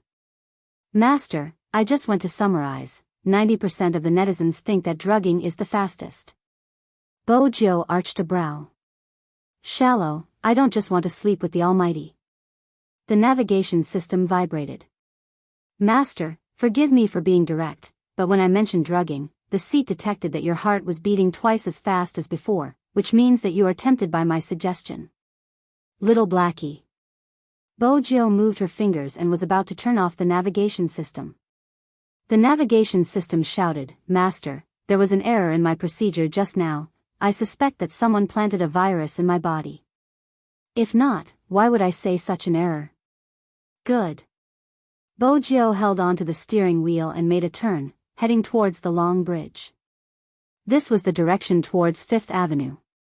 A few black men who were scribbling on a certain street kept their things when they saw the car. They were on high alert as though they were guarding against thieves. Bo Jiao intentionally lowered the car window to greet them. It was obvious that the black men didn't appreciate this. They didn't dare to leave even if they wanted to. F***CK. Come, I have a cigarette. Bo Jiao opened the car door and walked out, placing her arm lazily on one of the black men's shoulders. Are we brothers? The black man. Who's your brother? How about this, I'll ask for some information and we'll calculate it according to the price in your industry. Bo Jiao passed him a cigarette. The black man accepted it since no one would say no to money. It's on the street next door, the place where the movie is being filmed. Did anything happen? Bo Jiao tied him up. Of course, she was most concerned about movie Queen Anne's reaction. Did the police receive any missing person reports recently? The black man stretched his hand out, 5 fingers full. Bo Jiao pressed his hand, allowing him to retract one finger. This is the price in the industry. If there's anything more valuable, increase the price. Didn't you just say that we are brothers? The black man couldn't help but retaliate. Bo Jiao looked at him and smiled. There's a saying in China, even blood brothers should settle their debts clearly. With that, she took out a few foreign currency notes and stuffed them into the black man's shirt pocket. Tell me about your information. Everything about the movie is normal. The police are not looking for anyone, but there is a case that is quite strange. After the black guy finished speaking, he waited for the person to ask him. Generally, if the other party took the initiative to ask, the price would definitely rise. Unexpectedly, the youngster arched a brow. Oh, I'm not interested. The black man. F***ck, that's not how my script is supposed to be. Hey, brother, wait a minute. The black man saw that Bojo was about to leave, reaching out and grabbing onto the youngster's wrist. Wait a minute, this information is really worth it, we can discuss the price. Bojo paused, stretching out 2 fingers. The black man gritted his teeth, bending the youngster's fingers, adding 1 more. This price, I can't go any lower. All right. Bojo stuffed 1 hand into her pocket. What's strange about the case? The black man glanced around. This is insider information, I'm not sure if you've heard of these words. Bojo tilted her head, lighting a cigarette, signaling for him to continue. The maiden's sacrifice, the black man said. Bojo narrowed her eyes. Tell me about it. The police aren't sure yet, but the people in the underworld are saying that the other party knows hypnosis. It's for the sake of the sacrifice. Bojo listened to the black man's endless supply of information, her hand in her pocket tightening. There's something that the police should have noticed, their targets are all Chinese. Bojo took out another foreign currency, stuffing it into the black man's hand. Hey, that's too much. The black man took a look. Bojo waved her hand. Your information is worth this price. After saying that, she walked into the phone booth in the same way as before. Everything on this street seemed to have been bewitched. Even if it was just an old man in a traditional Chinese suit, one shouldn't underestimate him. There were many secrets, but they were all in the underworld, not for outsiders to know. After Bojo entered the warehouse, the first thing she did was switch on the computer. After locking onto the case, her fingers flew across the keyboard, forming a light wave that quickly entered a local area network. She switched to a fake IP, shook off the first wave of interceptions, and continued to hack. But Bojo hadn't expected the case's encryption level to be so high. S grade. It seemed like they were afraid of causing panic. Bojo paused for a moment, her handsome face tilted slightly. There must be a breakthrough. But she had to be fast. The system here was very powerful. If she wasn't fast enough, she would be easily discovered. Fortunately, this was Fifth Avenue, the equipment Bojo used was the most advanced. If it was a normal laptop, it wouldn't be able to keep up. Found it. Bojo pressed the spacebar, changing the direction of the intrusion. A dialog box popped up, countless codes changing continuously. In the end, she tore a small hole, as though she was performing a magic trick. Because Bojo used the other party's IP address, this would cause her to disappear from the defense network for 5 seconds. 5 seconds was enough. The intrusion was complete. After obtaining the information, she was thinking of a way to leave. A skilled hacker didn't simply hack. Instead, after the intrusion, he would wipe away all traces of the intrusion, not causing any damage. Bojo tilted her head, watching the completion of the program. In an instant, she unplugged the USB. She looked at the information on another computer. Every picture showed that this wasn't a simple suicide. Especially one of them, there was a smile on his face, as though he wasn't in any pain. Bojo narrowed her eyes. Then she seemed to have discovered something, enlarging the picture and locking onto the girl's arm. Needle mark? It seemed like the person wasn't content after escaping. Bojo kept the USB, glancing at the time. The information had to wait until she returned. It wasn't a suitable time to sneak into the police station. Besides, she should show these things to the Almighty. She should be able to get more clues. Bojo was clear that even if she had kidnapped him, the Almighty wouldn't reject anything related to his safety. She could make the way she received the information more romantic. Bojo glanced up, her gaze landing on the row of drones on the second floor. Dusk started to fall. Dusk in the suburbs was always exceptionally beautiful. The European-style castle was surrounded by roses, blooming with an enchanting fragrance. When Chin Mo opened his eyes, the first thing he smelled was the fragrance of black tea. His entire arm was secured by bandages, there wasn't a single gap. Other than that, there shouldn't be anything else inside. Chin Mo felt a slight numbness in his fingers, everything else was normal. But was it a habit for a certain someone to leave him alone on the bed? Chin Mo sat up, not seeing the metal chains. His gaze deepened, his fingers caressing the blinking dots on his watch. A voice came from the earpiece. "Young master, you finally turned on the receiver, thank God." Chin Mo stood up, facing the excitement on the other side, choosing a white shirt prepared for him.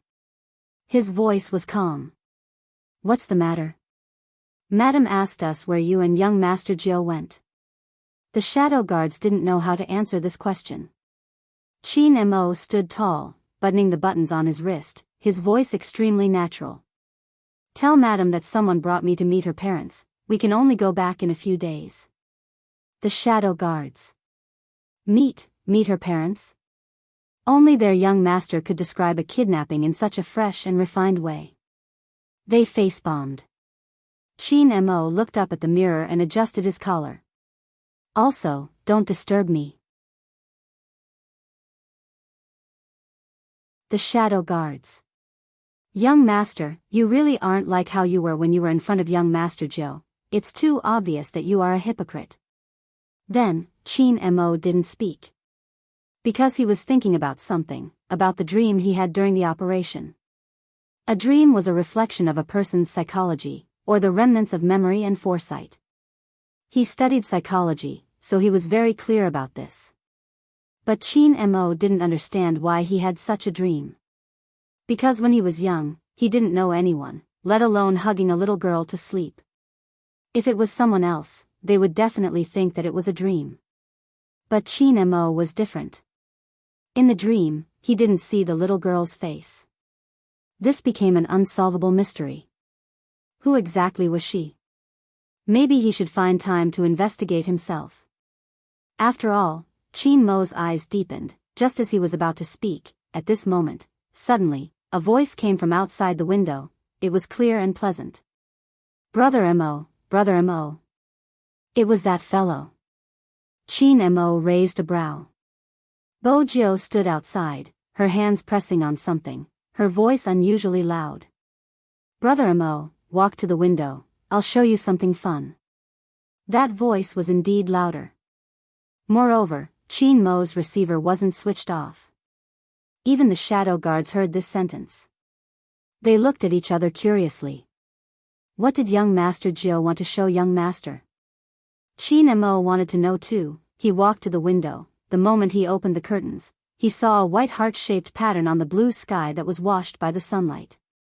Two small drones created this pattern. They used the white fog that was released by dry ice to form a heart. The person operating the drone was standing under the sunset. She had a slender figure, and there was a smile on her face. Her mole shone, and her silver hair fluttered in the wind. Her face was so beautiful that people couldn't take their eyes off her. At this moment, she raised her head, her black eyes beautiful. She asked him like a child, "Brother Mo, do you like my present?" You're tuning into the Dreamy Love Stories YouTube channel. Don't forget to subscribe and join us on this journey to catch the most captivating stories.